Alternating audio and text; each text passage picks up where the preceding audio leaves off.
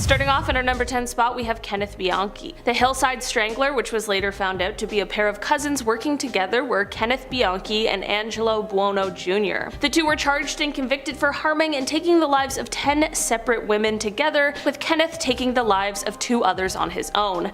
After an extremely intensive investigation and the arrest of the two, Kenneth began trying to set up an insanity defense. He claimed dissociative identity disorder. He blamed his alter ego Steve for the horrific multitude of crimes. Luckily, however, a court psychologist, Dr. Martin Orn, observed him and his behavior and found that his claims were untrue. After being presented with this finding, Kenneth agreed to plead guilty and testify against his cousin in exchange for leniency on his sentence. He still ended up being sentenced to life in prison, while his cousin got a sentence of life in prison without parole. While Angelo had a heart attack and passed in 2002, Kenneth still remains in prison. In our number 9 spot today, we have Warren Jeffs. Warren Jeffs is the president of the Fundamentalist Church of Jesus Christ and the Latter-day Saints, and is also serving a life plus 20-year sentence, which is exactly where he should be. His father was once the president of the cult, but when he passed, the position was passed on to Warren. As the new leader of the polygamous cult, he said that no one should even attempt to marry one of his father's widows, but just a few days later he himself married all of them except for 2, because one refused and then was banned from ever marrying anyone ever again, and the other ran away. If your marriage proposal causes someone to flee the cult that they're in, you're clearly not a very good person. Warren had the power to assign who would marry who, but he was also able to punish a man by taking his wives and children and assigning them to another man. As a man, you had to have at least 3 wives in order to get into heaven, they say, but the more wives, the more likely it would be that you got into heaven. In 2005, the Texas authorities conducted a raid and took legal custody of 416 children after someone called in and tipped them off about all of the horrible things that were happening at the ranch. In 2006, Warren was arrested for being the worst and is still serving his sentence. There is so much more to this case that we don't have time to cover, but there was a documentary released recently called Keep Sweet, Pray and Obey, which I would fully recommend if you want to know more about this horrible person. In our number 8 spot today, we have Tex Watson. Tex Watson was one of the central members of the Manson family, which was led by Charles Manson, and he was a willing participant for the horrible Tate and LaBianca crimes that took place on August 9th and 10th, 1969. If you don't know about them, you can look them up, but just a warning that the events that took place on those nights were horrible, gruesome, and insanely unnecessary. In October of 1969, Tex knew his arrest was coming, so he fled to his home state of Texas, but was later arrested and extradited back to California. Once he was in California, he refused to talk or eat and ended up losing 55 pounds, which got him sent to get tested to see if he was fit to stand trial, which he was. In 1971, he was convicted on 7 counts related to the killings that happened on those terrible nights. He originally received a death sentence, but it did end up being commuted to life in prison. But get this, you guys, he was able to release a book while in prison, and he got married, and through conjugal visits he was able to have 4 children. Thankfully, in 1996 they banned those kinds of visits for people serving life in prison, and in 2003 he did get divorced because his wife had met someone else, which, like, yeah, I would hope so. He also apparently is now a devout Christian, which is just interesting. In our number 7 spot today, we have the Golden State Killer. If you have any interest in true crime at all, you have most definitely heard of the Golden State Killer, as he was one of the most famous serial killers of all time, and he managed to elude police for 30 years. From 1973 to 1986, the GSK was responsible for taking the lives of 13 people, harming 50, and 120 different burglaries all across California. Throughout the investigation process, he used different tactics to both taunt and threaten police and victims, which is just on another level of messed up. If you don't know how this story ends, buckle up because it is absolutely wild. So you know those family DNA tests, like those 23andMe things where you send in your DNA and then they send you back your genealogy? Well, basically these services helped identify who the real GSK was. In 2018, when Detective Paul Holes, shout out to MFM if you know you know, and FBI lawyer Steve Kramer uploaded the GSK DNA profile, that they were able to obtain from the crime scenes to the website GED Match, they were able to find 10 to 20 people who had the same great-great-great-grandparents as the match. From there, a genealogist made a large family tree, and then they were able to single out 2 main suspects. After covertly connecting DNA samples from one of the suspects and comparing them to the crime scene DNA, they were finally able to arrest Joseph James DeAngelo, who is the Golden State Killer. After decades of waiting, the victims of his crimes were finally able to see justice served as he was sentenced to 12 life sentences plus 8 years. He was spared the death penalty because he admitted to numerous crimes he had perpetrated, some of which he wasn't even being charged for. He is now 75 years old, and he will most certainly spend the rest of his life in prison. In our number 6 spot today, we have James Holmes. James is the man behind the 2012 Aurora, Colorado shooting that took the lives of 12 people and injured 70 others in the Century 16 movie theater. Shortly after the crime spree, he was arrested and held without bail while he awaited trial on an accepted plea of not guilty by reason of insanity. I just want to make it clear in this case that insanity doesn't apply to every mental illness, of course. James was and is severely mentally ill, but the court has the job of deciding whether or not that illness made him unable to tell right from wrong. That's what the defense had to prove. Things were admitted to the court, such as his notebooks and journals, as well as testimony from 2 separate psychologists who spent 22 and 25 hours with him, and both diagnosed him with a serious mental illness, but both also stated that in their professional opinion, he knew right from wrong.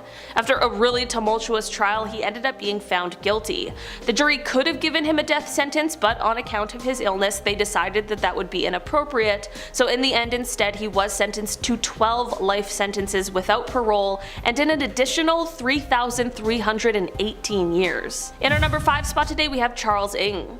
Charles' story really starts off shortly after he moved to the United States on a student visa. He dropped out after his first semester, and soon after he was involved in a hit-and-run accident. He then tried to avoid prosecution by enlisting in the United States Marine Corps using false documents that stated his birthplace was within the United States. He was later arrested by military police a year later for stealing automatic weapons, and then somehow he escaped custody, headed back toward Northern California, and this is where he met Leonard Lake, who is another real piece of work. Charles did end up going away and serving a bit of time, but it was only 18 months and he was back with Leonard, and that is when the two started their crime spree together.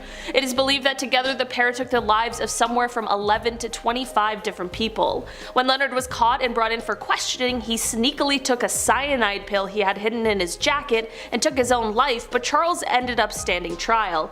He was convicted for 11 of the killings, and he remains on death row at San Quentin. In our number 4 spot today, we have Paul Bernardo and Karla Homolka. This is a double whammy because unfortunately both of these people are still alive, but at least one of them, Paul, is still in jail. This horrible pair are often referred to as the Ken and Barbie killers, and while Paul started off living a life of crime, he quickly brought Karla into it as well after their meeting. That is not to say she is not just as guilty as him, however, because they are both fully responsible for their own actions. While Paul was arrested for a multitude of crimes, the pair were arrested and convicted of taking the lives of 3 separate people, one of them being Karla's own sister. See what I mean about them both being responsible for their own crimes? They both suck. The investigation into the crimes proved to be quite difficult, with authorities having plenty of hoops to jump through, and this is why a plea deal was created for Karla. She had 1 week to accept or decline the deal, which would give her a sentence of 12 years for her full cooperation. She accepted. Both were convicted in 2005, and Paul was up to apply for parole in 2018, and in October of that year he was denied. His next parole hearing was just over a year ago on June 22nd of 2021, and it took only an hour of deliberation to decide to turn down that application as well. I personally think 30 seconds probably would have been enough to decide, but I'm just glad the outcome was the same. Karla, on the other hand, served her 12-year sentence and then was released. Like, years ago. She moved away from Canada and headed to Costa Rica for a while with her new husband and children, if you can believe that, but unfortunately she has since returned. In our number 3 spot today we have Edmund Kemper. Edmund Kemper is an American killer who is convicted for taking the lives of 10 people, including his paternal grandparents, as well as his own mother. It is said that he is noted for his height, as he is 6 foot 9 inches, and for his intelligence, as he apparently has an IQ of 145, but I personally think he is most notable for being an absolute monster. His first crime took place when he took the lives of his grandparents, and after this crime he was diagnosed with paranoid schizophrenia and spent time in a hospital before it was determined that he was rehabilitated and he was released at the age of 21. After his release, he unfortunately went on a spree where he would target young females who were hitchhiking. After his final crimes, he ended up confessing and turning himself in, which is something we really don't see all of the time. When asked in an interview why he confessed, he said, quote, "The original purpose was gone. It wasn't serving any physical or real or emotional purpose. It was just a pure waste of time." 3 court-appointed psychiatrists examined and observed him and found him to be legally sane, and thus he was able to stand trial. On November 8, 1973, the jury deliberated for just 5 hours before returning with a verdict of guilty. He has been eligible for parole since 1979 and has been denied every time he applied, one time saying, quote, "Society is not ready in any shape or form for me. I can't fault them for that." He is eligible to apply for parole again next in 2024. In our number 2 spot today, we have Stephen Griffiths. This is a person who is said to have idolized the Yorkshire Ripper, so I'm sure what comes next will be no surprise. Stephen was a PhD student who wanted to achieve fame, but through the most sinister way possible. Between June 2009 and May of 2010, he would go on to take the lives of 3 separate women. His criminal history was also extremely concerning, as years ago he had been arrested due to an unprovoked attack on a grocery store manager, and it is said that he previously stated that he saw himself becoming a serial killer. Shortly after he was arrested for his crimes, CCTV footage emerged that shows him celebrating after taking the life of his final victim. The footage showed him holding up a crossbow and giving the finger directly to the camera. It is said that Stephen pled guilty to his crimes once caught, not because he was remorseful, but because he wanted to receive the recognition for them. In our number 1 spot today, we have Joanna Denny. This is a person responsible for a series of killings and attacks that took place in March 2013. Joanna is a very cold and heartless person and has, on many occasions, been said to laugh at her crimes and the lives she took, even still behind bars. After the first of her crimes, authorities launched a manhunt for her, and they used CCTV footage to help track her down. She was finally caught after attacking 2 dog walkers who, thanks to immediate medical intervention, were able to survive. There are many things about this story that make it exceptionally chilling, and it seems as though most people Joanna encounters are left with quite an impression of what a horrible person she is. On the day she was sentenced, it is reported that the judge, Mr. Justice Spencer, said, quote, "Although you pleaded guilty, you've made it clear you have no remorse." He went on to say, quote, "You are a cruel, calculating, selfish, and manipulative serial killer." After this, he sentenced her to a whole life order, or life in prison without parole, and it is said that she smiled and laughed at this.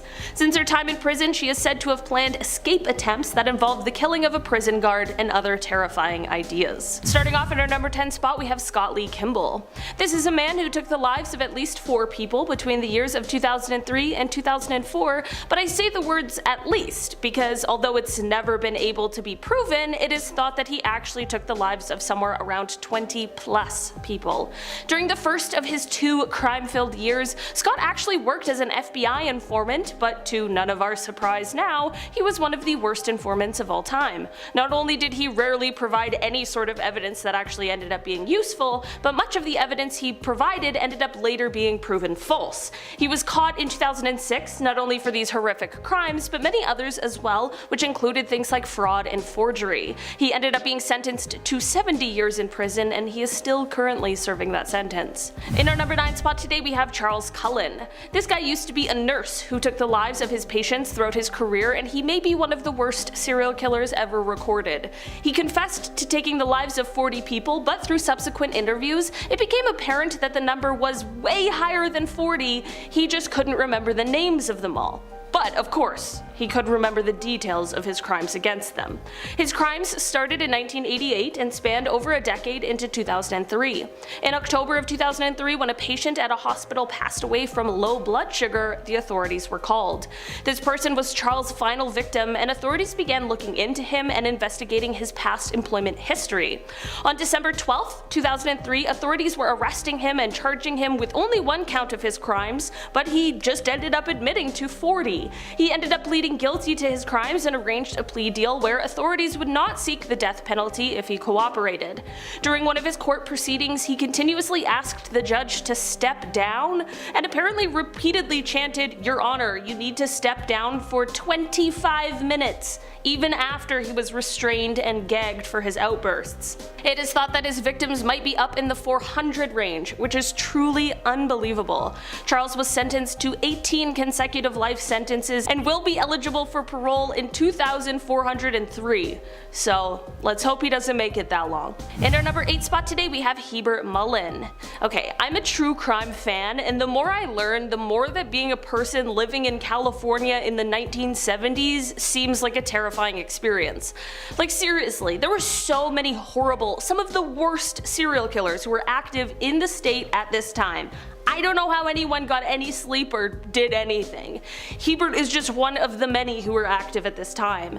It is said that Hebert, before his crime spree, was quite bright and well liked. He was voted most likely to succeed in high school, but by his mid-30s, his life had taken a dark turn, and he was now a serial killer who would go on to take the lives of at least 13 people.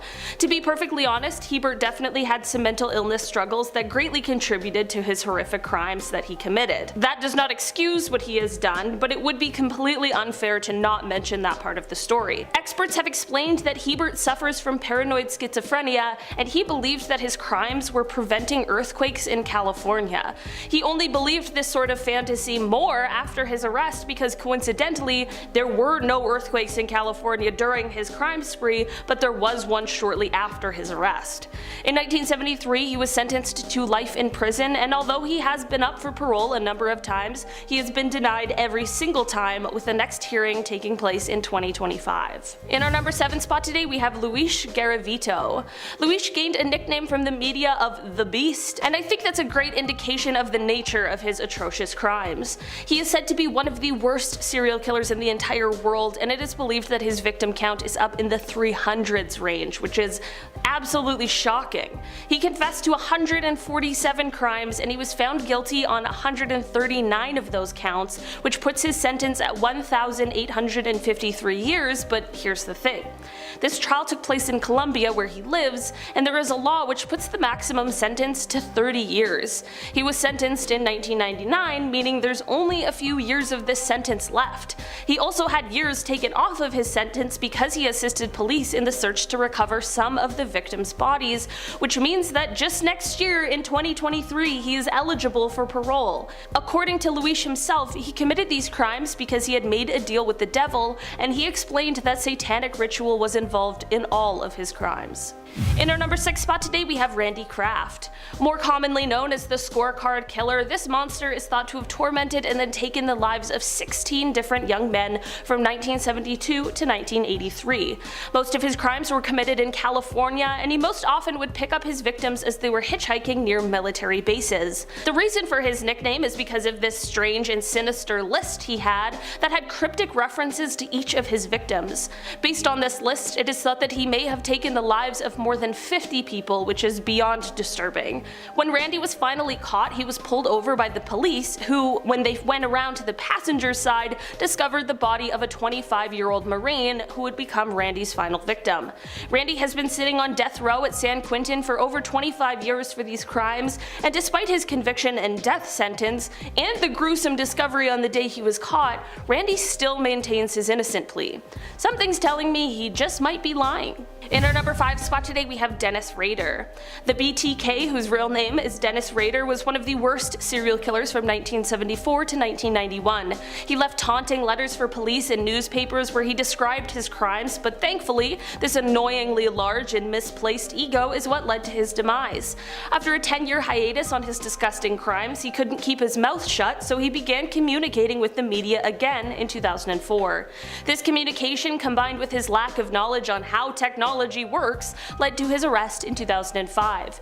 During his trial, he didn't apologize for his crimes, but he did describe them in full detail, which is horrifying and extremely eerie. I could not even imagine having to be there during that. After his trial, he ended up being sentenced to 10 consecutive life sentences with a minimum of 175 years. When Rader was first arrested, when the police were taking him to the station, an officer asked him, "Mr. Rader, do you know why you're going downtown?" To which he replied, "Oh, I have some suspicions why." In our number 4 spot today, we have Gary Ridgway. This horrible human being is also sometimes known as the Green River Killer, and his crimes took place somewhere between 1982 to potentially as recent as 2001. He was convicted for 49 crimes but confessed to an unbelievable 71, which makes him the second most prolific serial killer in the United States in terms of confirmed killings. Most of his victims were either sex workers or women in vulnerable circumstances, and through DNA profiling evidence in 2001, authorities were able to connect him to 4 of his crimes. From there, they made a deal with him where they would spare him the death sentence in exchange for the disclosure of the location of all of the missing women. Gary took the deal and was spared the death sentence, and instead was sentenced to life without the possibility of parole. Not only did he say that he chose the type of victims he did because they were, quote, easy to pick up, and that he, quote, hated most of them, but he also called his crimes his career. So, do with that what you will. In our number 3 spot today, we have Rose West. Rose West is an English serial killer who committed her crimes alongside her husband. He definitely also would make a spot on this list, but he decided to take his own life in 1995 after being arrested while awaiting trial. Really strong stand-up man. The terrible pair were investigated and subsequently arrested for taking 9 lives together, with Rose receiving an additional charge for another 10th life. During the court proceedings, against the advice of her counsel, Rose decided that she would testify herself, and what a trip that was. During her testimony, she sometimes was very tearful and dramatic, but of course, an act like that can be hard to keep up, so other times she was just cracking jokes and laughing. Imagine doing your tight 5 while you're on trial for the worst of the worst crimes. Luckily, it seems as though the jury hated that as much as I do, because they came back with a unanimous verdict of guilty on all 10 crimes. Get this, in prison, Rose West met Myra Hindley, which if you don't know who that is, she committed a bunch of very similar crimes with her husband, boyfriend, partner, whatever as well, and the two became besties, and they even had an affair throughout the whole thing. Rose is still trying to say that she was totally innocent and that Fred was completely responsible for all of the crimes. Also, to make this story even crazier, for those of you who watched part 1 of this series, the number 1 spot on the last one, her name was Joanna Denny. Well, Joanna was in the same prison as Rose, and in 2019 she threatened to kill her. Because of this, they had to move Rose secretly to another location because there was a very real threat to her life. In our number 2 spot today, we have Ted Kaczynski. Ted Kaczynski is most often referred to as the Unabomber due to the atrocious crimes that he committed. He was known for being quite bright from a young age, and it is believed that he had an IQ of about 167. He was accepted into Harvard at the age of just 16, and he went on to receive a PhD. At 25, things were still looking bright for the guy as he landed himself a job as an assistant professor at the University of California, Berkeley, but just 2 years later he resigned from that position, and his life took quite a drastic and dark turn. In 1971, it is said that Ted moved to a remote cabin in Montana that had no electricity or running water. From 1971 until 1977, Ted learned to live a hermit, off-the-grid lifestyle while learning different survival skills, but once 1978 rolled around, he was ready to start his terror campaign.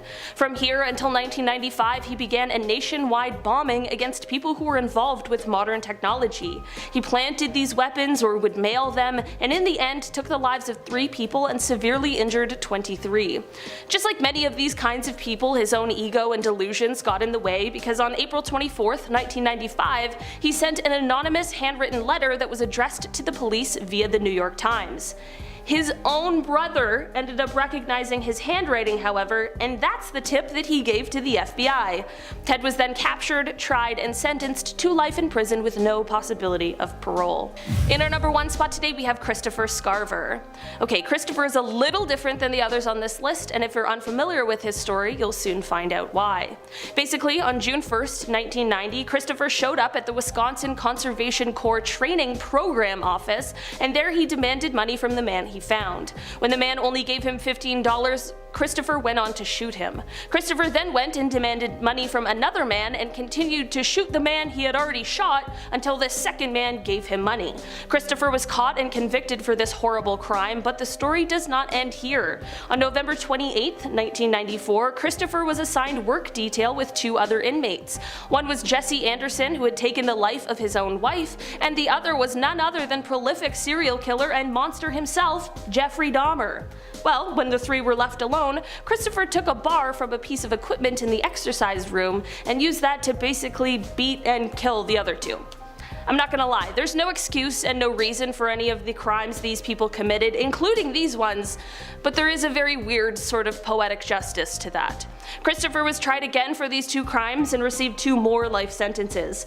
Apparently in 2012 it was announced that he wants to write a tell-all book about the killing of Dahmer, which is definitely bizarre, but we'll see if that ever comes to fruition, I guess. Starting off our list, in our number 10 spot, we have Vicki Dawn Jackson. Vicki was a woman who worked as a nurse for a number of years. She first got her nursing license in 1989, but it wasn't until the 2000s when things took a seriously dark turn. Between December of 2000 and February of 2001, the hospital that Vicki was working for recorded a number of deaths that was unusual. It was a higher amount. Most of these patients were in the age range of 60 to 100 years old, and of course people just chalked this up to the advanced age of most of these patients, but a rumor began to spread that someone just might be responsible. After this, the hospital's administrator noticed that a vial of a drug called Mevacron had gone missing. You might see where I'm going with this. As it turns out, the person responsible was Nurse Vicki, and she had at least 10 patients whose lives she took by giving them too much of this missing drug.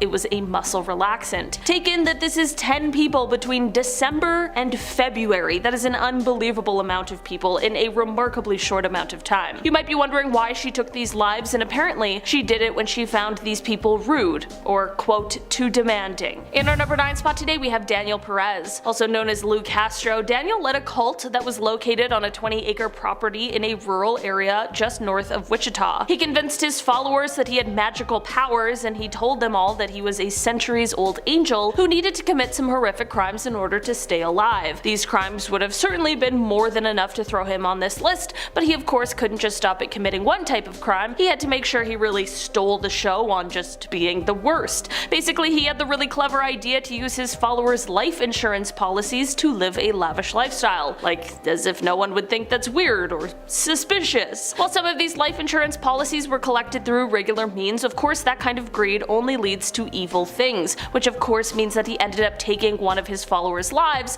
so that he could collect the cash. It is thought that he also contributed to the deaths of some of the other people's life insurance policies he cashed in on, but unfortunately there was never any evidence that would be able to substantiate that claim. Despite this, however, on April 21st, 2010, authorities were able to arrest Daniel, and he was charged with 28 felonies. In February of 2015, he was convicted on all counts and received a sentence of 80 years in jail, where he remains. In our number 8 spot today, we have Chester Turner. Chester is an American serial killer who, on April 30th, 2007, was convicted of taking the lives of 11 women in the Los Angeles area, and on June 19th, 2014, he was convicted of 4 more that they were able to tie back to him. He has been referred to by prosecutors as one of the most prolific serial killers in the city's history, and if you know Los Angeles' history, that says a lot. In his original trial that led to his conviction, Chester was sentenced to death, but at the following one in 2014, he also received an additional death sentence. In the end, like with a lot of these kinds of stories, DNA came to save the day and help authorities find out who was committing these horrible, horrible crimes. In our number 7 spot today, we have Michael Bear Carson and Susan Carson. This couple is not one that anyone would want to encounter. The stories of these two come from the 80s. They were married, and on the outside they appeared like just a couple of harmless hippies. We all know not to judge a book by its cover though. In the end, they would go on to become known as the San Francisco Witch Killers. Didn't know San Francisco had so many witches running around. Basically, together the pair took the lives of 3 separate people between 1981 and 1983. They started off by killing their roommate, who Susan claimed was a witch, and said that she was stealing her quote health, power, and beauty. They next killed one guy that they worked on a farm with because they said he was a demon, and the final person they took the life of unfortunately picked up the pair as they were hitchhiking, and they took his life because they claimed that he was a quote black witch, whatever that means. Essentially, they were just committing crimes against people that they claimed to be witches. The pair were each tried and convicted for each separate crime and are both serving sentences of 75 years to life, and of course neither of them have shown any kind of remorse for what they've done. In our number 6 spot today we have Samuel Dieteman. Samuel is just one half of the pair known as the serial shooters. He, along with a man named Dale, were actively committing these crimes between May of 2005 and August of 2006, and basically they were arsonists who would randomly set fire to objects, but they would also drive around and commit random acts of violence, taking people's lives. In the end, a series of tips is what led investigators to identify the perpetrators of these horrible crimes, in particular one from a friend of Samuel who explained that Sam had actually confessed to some of the killings one night while drinking. In Dale's trial, he was sentenced to death 6 times, and his brother, who was later found out to have assisted in some of the crimes, was sentenced to 25 years. Samuel was sentenced to life in prison without the possibility of parole. Dale ended up taking his own life while on death row, which is why this point mainly focuses on Samuel, who remains in prison. In our number 5 spot today we have Keith Hunter Jesperson, also known as the Happy Face Killer. After the body of his first victim was found, Keith had someone else actually claim to be responsible for his crime. You would think that this would have been his ideal scenario, but that was not the case. He wanted to be known for his crimes. So, to help himself get media attention, he drew a smiley face on a bathroom wall hundreds of miles away from his crime scene, and here he left an anonymous letter where he confessed to the crime and provided proof. He didn't end up receiving a reply, so he decided to write more letters to the media and to the authorities, each signed with a smiley face. In the end, Keith was initially caught after he became the prime suspect in the death of his girlfriend at the time. Previously, his victims had been people that he had no connection to, so this was truly the mistake the authorities needed to catch him. Keith then admitted to his crimes, and while he has formally been linked to 8 deaths, he has confessed to somewhere around 185. Keith was tried and sentenced to life without parole for his heinous crimes, and he remains in prison at Oregon State Penitentiary. In our number 4 spot today we have Quincy Allen. Quincy Allen is a man who went on a crime spree between July and August of 2002, where he took the lives of 4 people. His crime spree was actually inspired while he was in prison serving time for stealing a vehicle. It was here that a fellow inmate decided to start recruiting others and told him that he could get him a job as a mafia hitman, and this is all that Quincy needed to be inspired. As soon as he was out of prison, he began practicing for his new, upcoming career. Quincy started off his horrific crime spree on July 7th, 2002 by attacking a 51-year-old homeless man who was sleeping at the time. Luckily, this man was able to survive this attack. His crimes continued until he was arrested on August 14th, 2002. After his arrest and trial, Quincy received a sentence of death and is still on death row awaiting execution. His sentencing did not deter him from the criminal life, however, as in 2009, Quincy, along with another inmate, planned an attack on a correctional officer at the prison they both reside at. In the end, the guards had to use rubber bullets to subdue the pair. Quincy was intended to be executed on January 8th, 2010, but there was a stay of execution that was accepted, and as of July 26, 2022, Quincy's death sentence was overturned. In our number 3 spot today we have David Berkowitz. David Berkowitz, or the Son of Sam, is an American serial killer who terrorized New York from July of 1976 to July of 1977. He took the lives of 6 people and wounded 7 others, all while eluding the biggest manhunt in New York City history. He was one of those really arrogant ones who leaves the little notes for police promising to do it again, kind of like taunting them. Well, his arrogant self was caught for his crimes, and he was arrested on August 10th, 1977, and he was indicted. He confessed to all of his crimes and claimed that he was just obeying the orders of a demon that had manifested itself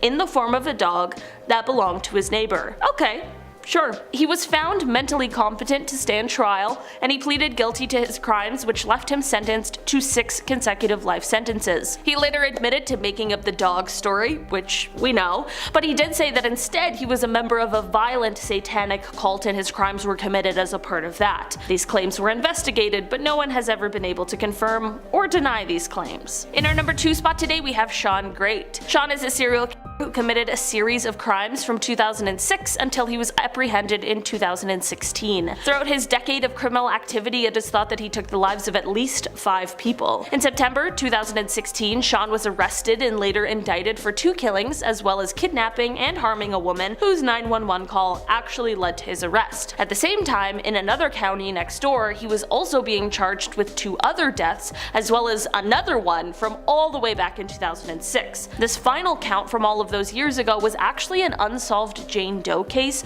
who had been unidentified for 12 years. When Sean confessed to this crime, he wasn't even sure who she was, he just said that he believed her name was Dana. On May 7th, 2018, Sean was convicted on 2 of the counts, and on March 1st, 2019, he pleaded guilty to 2 of the others, and on September 11th, 2019, he pleaded guilty to an additional count. In the end, he was sentenced to death and has remained on death row since that final plea and sentencing, and he is currently scheduled to be executed in 2025. In a very bittersweet turn of events, in June of 2019, that Jane Doe victim was finally able to be identified through the DNA Doe Project, and she was identified as 23-year-old Dana Nicole Lowry from Minden, Louisiana. It definitely can't bring her back, but there is a lot of comfort in knowing that her family finally received some answers. In our number 1 spot today, we have Glen Stewart Godwin. In 1980, Glen was working in California and wasn't really living a life of crime, so it's pretty surprising that in this year, he and his roommate decided to make a plan to rob someone they knew who was once a friend of theirs. Of course, things go awry and it turns into a botched robbery, and Glen ends up taking the life of the person they were robbing. They then tried to blow up the crime scene to get rid of any evidence, but of course that didn't work and also just made them look even more insane. Both Glen and his roommate were both tried and convicted for the crimes in 1983. This is not where the story ends.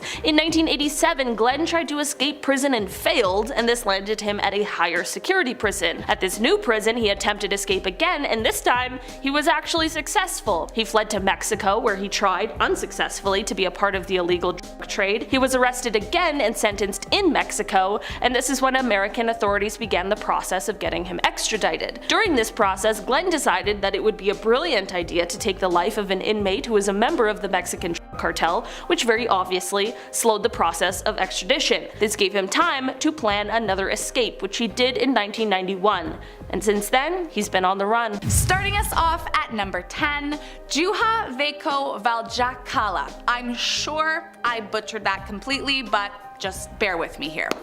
This rampant killer has had quite the in and out experience with prison. His first release was in 1988 when he and his girlfriend Marita wasted no time getting back into trouble. One night, Juha stole a bike from a random family, and the father and son of the house witnessed the theft, so they decided to chase after him.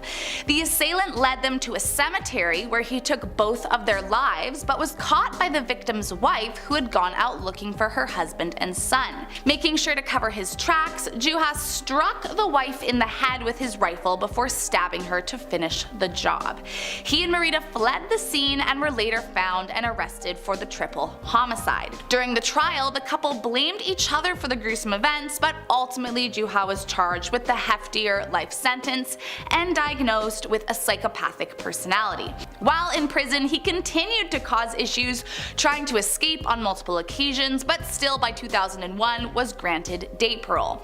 Often he wouldn't return, but I guess he did so with enough consistency that he was fully released in 2009. But then in 2012, he was right back in after committing arson. Fast forward to 2014, where he received day parole again, until one day in 2015 he left prison and never returned. I mean, honestly, with his violent history and blatant attempts to escape prison, I can't believe they even gave him parole again. To this day, no one knows his whereabouts. Next up at number 9, Nikolai Dumagliev. Again, sorry, I'm sure I'm saying these names terribly. Some call him Metal Fang. Nikolai is a convicted killer responsible for the death of at least 10 people between 1979 to 1991. Although he had already taken about 6 lives, he wasn't arrested until 1979 after killing a fellow fireman in a drunken stupor. Upon admitting him, he was diagnosed with schizophrenia, and less than a year later, he was released. He wasted no time adding another 3 victims to his hit list, but it was his 9th killing that led to his final capture.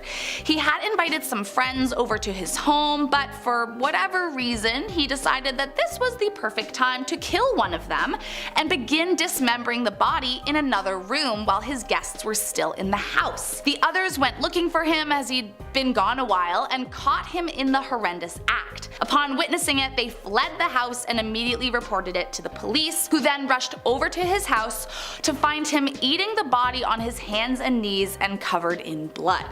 In such a state of shock, Nikolai actually managed to evade them and fled to the mountains fully nude and with only a hatchet in his hands. Eventually he was tracked down and arrested, and with his existing diagnosis was deemed unfit for trial and sent to an institution. He later escaped but was soon found, and although he isn't released yet, the question for his discharge is still very much on the table according to his doctors, which is wild. So let's just hope they don't go through with that. Coming in at number 8, Matthias Blink.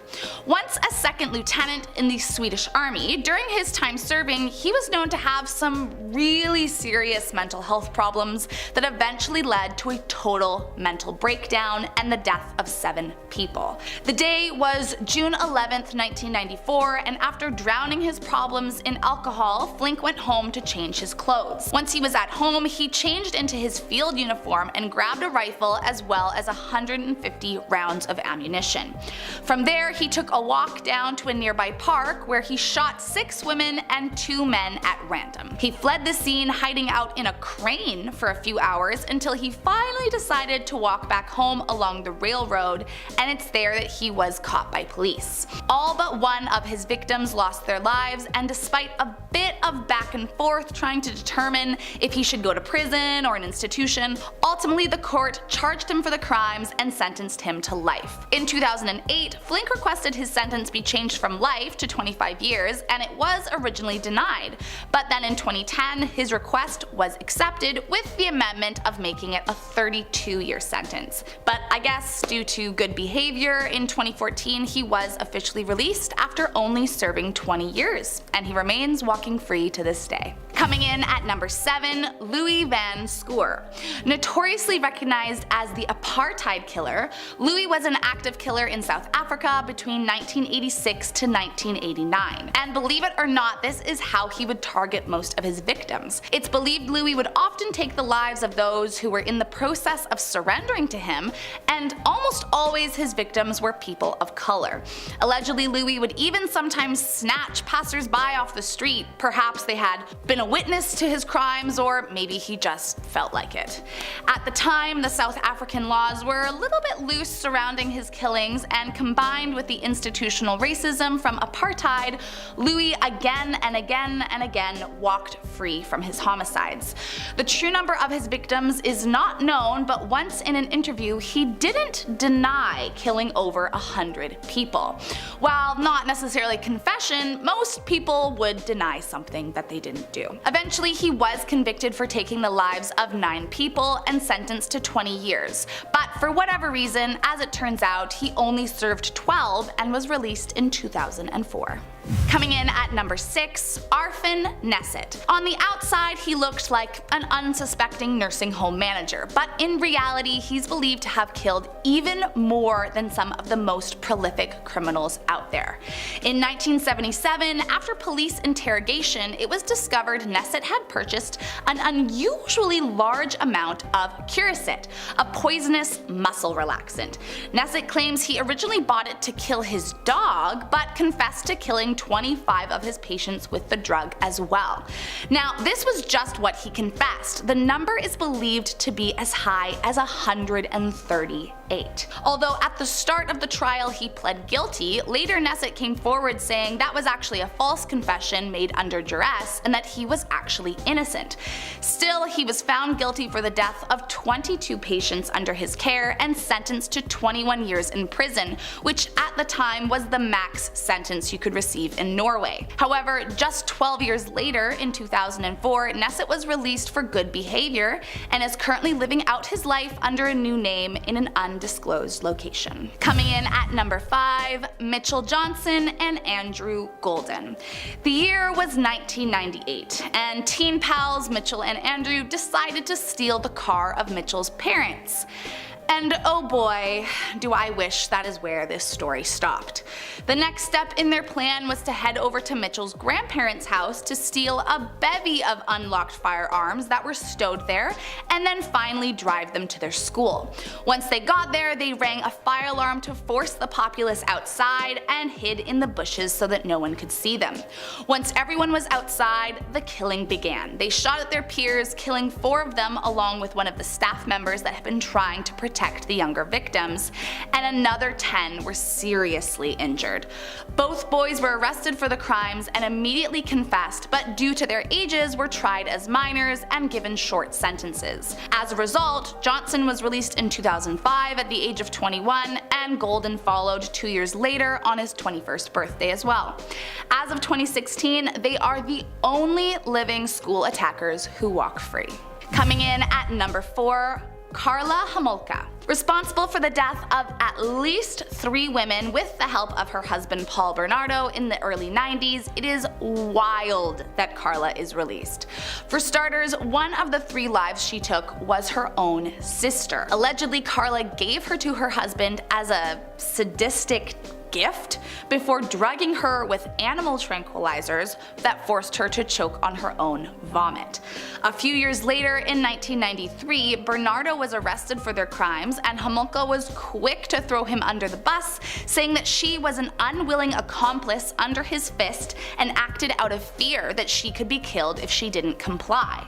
So with that, Karla took a plea deal and was only sentenced to 12 years versus her husband's life sentence. But the craziest part is that authorities actually received video footage that proved she was way more than a victim of the whole situation. She was actually a perpetrator of many of the crimes herself. But with her plea deal already settled, they never changed her sentence. Fast forward to 2005, and Karla was released from prison before relocating to Quebec, where she remarried and had 2 kids. The town she currently resides in is reportedly not happy to have her there, and there are frequent issues from other parents when she tries to volunteer or involve herself in any way with the community.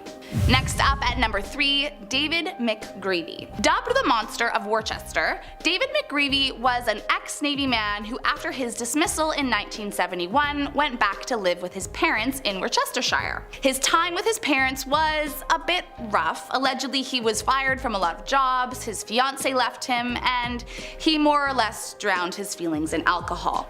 Eventually, his parents got fed up with him and his drinking, so they kicked him out. From there, he moved in with some friends, Clive and Elsie Ralph, and their family. According to Elsie, David was actually a really nice man most of the time and was great with her daughters and son, and was known to frequently take care of them when she and Clive were out. But one night, after coming home drunk, he committed some of the most gruesome acts I have ever read about. When he was in trial for the brutal crimes, he immediately pleaded guilty, and the hearing lasted only 8 minutes, as there was no defense plea, no motive, and no case of diminished responsibility. David was ultimately sentenced for life with a minimum of 20 years. Then in 2018, after 45 years behind bars, he was released, much to the anger of Elsie and Clive, who felt they had been promised he would remain in prison for life. But according to his parole hearing, he has changed incredibly over the near half a century and no longer seemed like a threat to society. Coming in at number 2, Wolfgang Abel and Marco Furlan.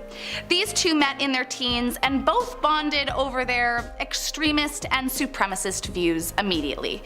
In 1977, they decided to enact a plan to, as they put it, clean up the streets of Europe. This cleansing involved targeting people who were gay, individuals with substance abuse issues, and escorts, among nearly every minority group as well.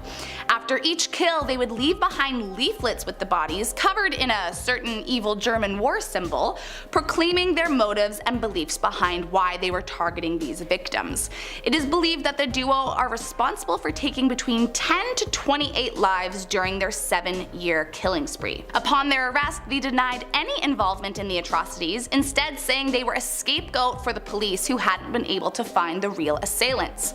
Both were sentenced to 30 years for their horrendous acts, and not long after, copycats began popping up all over Italy and Germany from others who shared their racist ideologies. Flash forward to 2009, and Abel was admitted to house arrest, where he stayed until his official release in 2016. Furlan was released back in 2010, and according to recent reports, neither are in contact with each other and are no longer friends.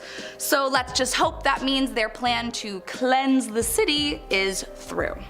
And last up, in our number 1 spot, Caroline Wood. In 1986, a woman named Gwendolyn Graham moved to Grand Rapids and shortly after started work at a nursing home. It was at this job she met the infamous Caroline Wood, and her life would be forever changed. The pair quickly became lovers after they met, and allegedly after a year together started to kill. All of their victims were late-stage Alzheimer's patients at the nursing home, all of whom were far too weak to fight off their attacks. As the story goes, Caroline Wood was riddled with guilt for what she and Gwendolyn did and confessed the atrocities to her ex-husband. He promptly told the police what she had done, and with this information, they ordered new autopsies to be done on the victims, and the women were both charged for the 5 killings. But here is where it gets twisty. Gwendolyn came forward saying that she had never actually been in the room during the attacks, and that she acted as someone on the watch. But when the pair was on trial, Caroline Wood had the same story, and it seems as though the jury took Caroline's side. Gwendolyn was convicted for first degree and got 5 life sentences with no chance of parole, whereas Caroline pleaded guilty to second degree and got off with a sentence of 20 to 40 years. But allegedly, Caroline told another woman it had been her all along, and that she set up Gwendolyn as a means of payback for leaving her. After 8 dismissals for parole, eventually she was granted leave in 2018, but Gwendolyn will remain for the rest of her days. Number 10. Frank Morris, John and Clarence Anglin. Alcatraz, the famous island prison a little over a mile off the coast of San Francisco, held prisoners including gangsters Al Capone and George Machine Gun Kelly. Among its other famous inmates were brothers John and Clarence Anglin and Frank Morris, who executed an elaborate escape plan. On June 11th, 1962, they pulled off one of the greatest prison escapes in American history. After months of planning, they used 3 papier-mâché heads that made them appear to be sleeping as they squeezed through air vents and made their way to the Pacific Ocean, where they boarded a raft they'd made out of stolen raincoats. They were never seen again, and because their raft and paddles washed up ashore, many believe the men drowned in the icy waters. The Anglin family insists the brothers survived and have presented evidence to prove it, and the U.S. Marshal Service has kept the case open in the unlikely event the trio is still alive, according to the FBI. So did they really escape? No one knows except them. Number 9. Victor Fuerga. On February 6, 1997, Victor Fuerga, a convict serving 1 to 4 years for possession, was supposed to be on the way to the mess hall when he wandered off from the Moria Shock Incarceration Facility, a minimum security prison in Mineville, New York. It was during a routine phone call with his sister, Yvette Cruz, a few days before his alleged escape that he voiced unrest with his conditions, complaining about a particular guard, and an overall feeling of angst. "There's a guard who keeps messing with me. Look, I have to let you go," Victor shared with his sister before disappearing entirely a few days later. She replied, "Poppy, you know I love you. This is going to end in a few months. Please call me tomorrow." But he never did. As soon as his absence was noted, authorities scoured the area, searchers examined the surrounding area, and found footprints leading to a nearby abandoned mine shaft. They assumed that Victor had fled to the mine to avoid detection and fallen to his death. Further pursuit was halted as conditions in the mine were too dangerous for a thorough search to be performed. All anyone knows for sure is that Victor was never seen or heard from again. again, and he's the only New York State prison inmate to escape and never been found. Number 8. Jerry Bergvin. Records in his thick prison file show that Jerry Bergen's brushes with the law began in the 1940s. In 1962, he was arrested for breaking into a Flint store, pleaded guilty, and was sentenced to 10 to 15 years behind bars on multiple accounts for that burglary and others. Jerry later appealed on a technicality, had trial, and got a reduced sentence. He then wrote letters begging to be transferred from the state prison in Jackson to Camp Waterloo so he could attend dental technician training program there. Wary prison officials expressed concerns about his misconduct in prison, but in April 1969 they agreed to the transfer. The camp housed low-level offenders, and one day he just escaped. Authorities think he may have scaled the barbed wire fence, but it was so long ago that the Michigan Department of Corrections can't say for sure. In 2013, Department of Corrections decided to call off the search for Jerry, who would have been 80 years old at the time, and he's never been found. Number 7. Glen Stark Chambers. Connie Weeks was a 21-year-old waitress who was the mother of a toddler son at the time she was dating Glen. On the morning of January 22nd, 1975, the couple had an argument that later spiraled into a physical confrontation. Glen waited for her outside of her work and her in the parking lot. An off-duty officer intervened and he was arrested. She bailed him out, and later that day, he showed up at the hospital carrying her in his arms. She had severe brain trauma and there was blood found throughout the apartment and in Glen's vehicle. After 5 days, she was pronounced dead on January 27th. Glen was convicted of first-degree murder on May 29th, 1975, and on July 11th, he was sentenced to death in the electric chair. On February 21st, 1990, while making office furniture at Florida's Polk Correctional Facility, he convinced other inmates to box him inside a crate and load the crate onto a truck. Somewhere between Polk City and Daytona Beach, Glen escaped from the back of the truck. When the vehicle did arrive at its destination, his discarded inmate clothing was discovered. Described as intelligent and resourceful, Glen has family in Minnesota and Florida,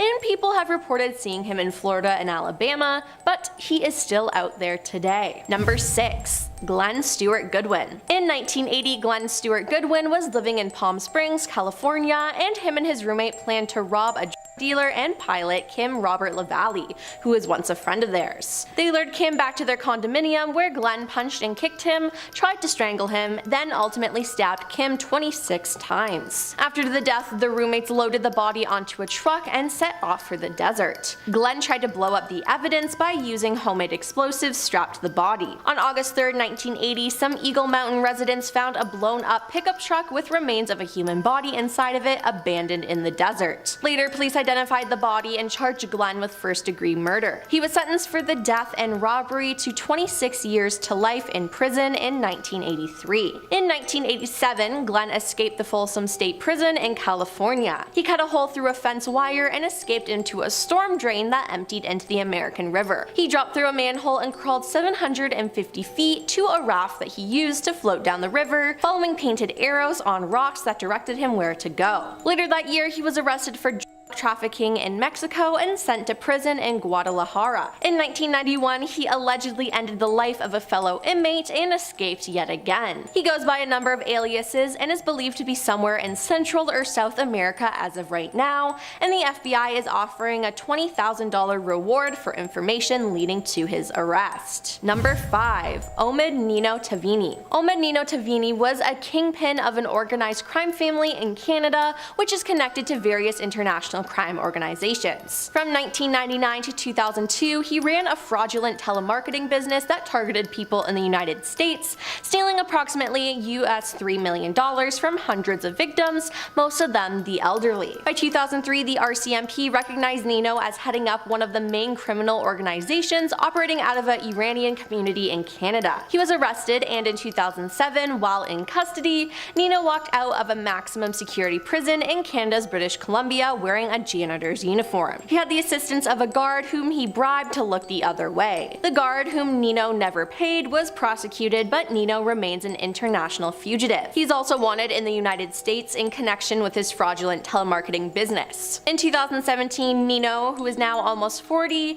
may have called the Royal Canadian Mounted Police to negotiate his return to custody in exchange for a promise to not to extradite him to the United States, but authorities have doubt that the call was credible. Number 4. 4. Vasilis Plikosis. Vasilis Plikosis is a Greek bank robber and fugitive known as the Greek Robin Hood for his habit of giving away stolen money to the poor. He twice escaped by helicopter from a Greek high-security prison while serving a 25-year sentence. He is still free, earning him the nickname of the Uncatchable. While serving a 25-year sentence for kidnapping and robbery, Vasilis managed to escape by helicopter once in 2006 and once in 2009. He hasn't been seen since the 2009 escape, in which he and his cellmate climbed up a rope ladder thrown to them from a helicopter flying over the prison yard. It seems that the helicopter had apparently been hijacked by a woman, and the cellmate was caught, but Vasilis remains at large. The government of Greece faced intense criticism after his second escape from the same facility, and the government responded by firing 3 Justice Ministry officials and arresting 3 prison guards. Vasilis is still at large with a €1 million bounty placed on him for information leading to his arrest, and he could be anywhere in the world. Number 3. George Edward Wright. On Friday, November 23, 1962, the day after Thanksgiving, George Wright and 3 accomplices were involved in the commission of multiple armed robberies. The 4 suspects first robbed the Sands Motel of $200. They then made their way to a gas station, and during the second robbery, they fatally wounded Walter Patterson, a 42-year-old World War II veteran and Bronze Star recipient. Walter later passed away. George was arrested and subsequently sentenced to 15 to 30 years in prison. On August 22, 1970, George first escaped from a New Jersey prison.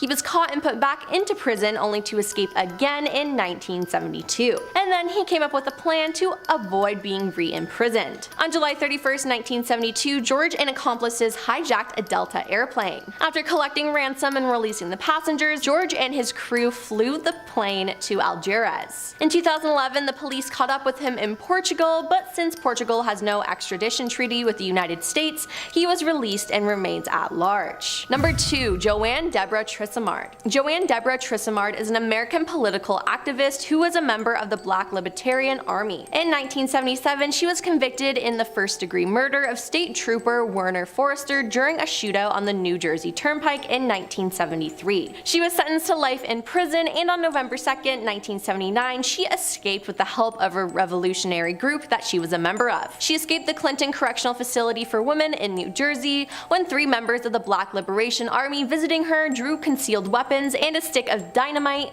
seized 2 correction officers as hostages, commandeered a van, and made their escape. No one was injured during the prison break, including the officers held hostage who were left in a parking lot. According to later court testimony, she lived in Pittsburgh until August 1980 when she flew to the Bahamas. The FBI continues to offer a $1 million reward for information leading to catching Joanne. She has been living in Cuba, where she was granted political asylum in 1984. And coming in at number 1 is Sharon Kin. Sharon Kin ended the lives of 3 people in the 1960s. The first was her own husband, James Kin, the second, Patricia Jones, the wife of a man whom Sharon was having an affair, and the third was a Mexican-born American citizen whose life was taken in Mexico. She was serving 13 years in a Mexican prison when she escaped on December 7, 1969. She wasn't present for a routine 5 p.m. roll call, and her absence was not officially noted until she also failed to show up at a second roll call later that evening. A manhunt was then arranged, initially focusing on northern Mexican states due to authorities' belief that Sharon may have been heading for the last known whereabouts of a former inmate whom she had grown close to while they were in prison together. The search also encompassed countrywide transport hubs and eventually circled back to the Mexico City area. U.S. authorities, including the FBI, were also alerted of the Mexican authorities' beliefs that Sharon may have attempted to work her way back into her native country. As of 2022, she is the subject of the longest currently outstanding arrest warrant for murder in the history of Kansas City, Missouri, and one of the longest outstanding felony warrants in U.S. history. Starting off this list in our number 10 spot, we have Tommy Lynn Sells.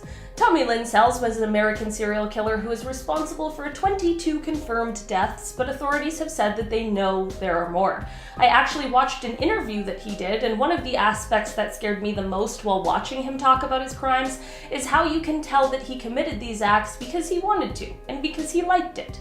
In the end, Tommy was caught because of someone who survived his attack in the most incredible way. She was able to go on and give such a good description of him that it led to his capture, and she was able to positively identify him. Not only did she save her own life, but who knows how many others. In the end, Tommy and his crimes were deemed so horrific that he received the death sentence and was executed on April 3rd, 2014. In our number 9 spot today, we have Sam Little. Sam Little is well known for being one of the worst serial killers ever. He has confessed to taking the lives of more than 90 people, and while authorities have only been able to definitively connect him to 30, they say they have no reason to doubt the validity of any of his other confessions. Sam was able to continue on his horrible path for so many years because of the fact that he committed these crimes in different states and different counties, which made it more difficult to connect these crimes to one another. In an interview with an investigator named Sergeant LeBlanc, as they discussed religious beliefs, they spoke about the nature of sin. Sam stated he had no fear of God and said that God made him this way, so why should he ask for forgiveness? He said that God knew everything he did. He also allegedly told a few select people that he believed he was the devil. In our number 8 spot today, we have Vincenzo Verzenni. Vincenzo lived from 1849 to 1918, and he was a serial killer who was nicknamed the Vampire of Bergamo. The first of his victims was found in 1870, and when authorities examined the body, they found bite marks on the neck, as well as certain parts of the body missing. The next of his victims he didn't end up taking the life of, but he tried to bite their neck. In 1872, there was the next body of one of his victims that was found, and it had all the strange and disturbing signs that the previous one had. After Vincenzo was arrested, he confessed to his crimes with the added detail that he also chose to drink the blood of his victims before leaving their bodies. Somehow, Vincenzo managed to escape the death penalty after a vote of sympathy from only one juror, and he instead was sentenced to life in an asylum. In our number 7 spot today, we have Daria Saltykova. Daria was a Russian noblewoman and serial killer from Moscow. She became well known for killing many of her serfs, mostly women. Because of her ties to the Russian royal court and other Russian nobility, complaints about the deaths at her estate were initially ignored and only resulted in punishments for those who did the complaining. Eventually, however, relatives of those who had been killed were able to bring a petition to Empress Catherine II, who then decided to try Daria publicly. Investigations took 6 long years, where the investigating official counted up to 138 suspicious deaths, basically all of which could likely be attributed to Daria. In the end, she was found guilty of 38 of these crimes, but the Empress wasn't quite sure what the punishment should be, as the death penalty had already been abolished in Russia. In the end, Daria was chained on a public platform and made to wear a sign around her neck that detailed the crimes she committed. After this form of punishment, she was sent to jail to serve out her life sentence. In our number 6 spot today, we have Herta Oberhauser. Herta was a German physician and convicted war criminal who performed absolutely horrific medical atrocities on prisoners at Ravensbrück Women's Concentration Camp. She was known for being a part of medical experiments like treating purposely infected wounds with sulfonamide, as well as bone, muscle, and nerve regeneration and transplantation. Herta was the only female that was a defendant in the Nuremberg doctor trials, and she was convicted for crimes against humanity, but was only sentenced to 20 years in prison. She was released early for good behavior and ended up becoming a family doctor again in West Germany. That was, however, until a survivor recognized her. Herta then had her medical license revoked, and then she was fined. She tried to appeal, but was rejected and never practiced medicine again. I think we can all probably be grateful for that. In our number 5 spot today, we have Elizabeth Bathory. Elizabeth was a Hungarian noblewoman who lived from August of 1560 to August of 1614. While she was born into one of the oldest and most powerful families in Transylvania and was well educated and successful, she also was killing young women and bathing in their blood. Okay, buried the lead on that one, sorry about that. Elizabeth has gone down as one of the most evil women in history because she was taking the lives of women who were her servants, and she was bathing in their blood because she believed it would keep her young. There's something that's telling me that it probably didn't work. Anyway, instead of being remembered as youthful and beautiful, Elizabeth is instead remembered as being a terrible, evil person who took the lives of somewhere from 175 to 200 women, but some accounts swear the number might be as high as 600. In our number 4 spot today, we have Charles Cullen. This guy used to be a nurse who took the lives of his patients throughout his career, and he may be one of the worst serial killers ever recorded. He confessed to taking the lives of 40 people, but through subsequent interviews, it became apparent that the number was way higher than 40. He just couldn't remember the names of them all. But he could, of course, remember the details of his crimes against them. His crimes started in 1988 and spanned over a decade into 2003. In October of 2003, when a patient at a hospital passed away from low blood sugar, the authorities were called. This person was Charles' final victim, and authorities began looking into him and investigating his past employment history. On December 12, 2003, authorities were arresting him and charging him with only one count of his crimes, but he ended up admitting to 40. He ended up pleading guilty to his crimes and arranged a plea deal where authorities would not seek the death penalty if he cooperated. During one of his court proceedings, he continuously asked the judge to step down and apparently repeatedly chanted, quote, "Your Honor, you need to step down for 25 minutes straight," even after he was restrained and gagged for his outbursts. It is thought that his victims might be up in the 400 range, which is truly unbelievable. Charles was sentenced to 18 consecutive life sentences and will be eligible for parole in 2403. In our number 3 spot today, we have Charles Manson. While there are a ton of evil people on this list today, Charles is likely one of the most famous for the absolute worst reasons. Manson was released from prison in 1967, where he then moved to San Francisco, and that's where he gained a small following that would eventually go on to be the cult known as the Family. The group eventually moved to an abandoned ranch outside of Los Angeles, and it was here that Manson continued to brainwash his followers and manipulate them with his own religious philosophies. Manson claimed that there would be an upcoming race war in which white people would be killed, which was intended to instill fear in his followers. This was so that he could ignite a race war and send his followers on a killing spree, which did end up being the night of the horrible Tate and LaBianca killings. This led to a reign of terror in the Los Angeles area for several months because people just couldn't understand how or why this happened. In our number 2 spot today, we have Randy Kraft. Also known as the Scorecard Killer, Randy is a monster who took the lives of at least 16 young men between 1972 and 1983. The Scorecard nickname comes from how, after his arrest, police found a coded list that contained cryptic references to his crimes and the victims. On May 14, 1983, 2 California Highway Patrol officers observed a car driving erratically and suspected the driver may be impaired, so they pulled it over. Once the car pulled over, Randy Kraft got out and identified himself and subsequently failed all field sobriety tests. At the same time, the other officer went over to the passenger's side where he sadly found Randy's final victim, 25-year-old Marine Terry Lee Gambrell. The next 2 days of investigation revealed the horrors of what Kraft had done, and on May 16, 1983, he was formally charged with the one crime, but many more charges came in the next months. His trial first began on September 26, 1988, and on August 11, 1989, the jury rendered a verdict of death, and the sentence was upheld. As of this year, he still remains on death row at San Quentin State Prison, where he continues to deny any responsibility for the crimes. Like they didn't find one of the victims in the passenger seat of his car. In our number 1 spot today, we have Peter Tobin. Peter Tobin is a serial killer who was convicted for 3 separate crimes, but it is believed his crimes may actually be up in the range of 40 to 50.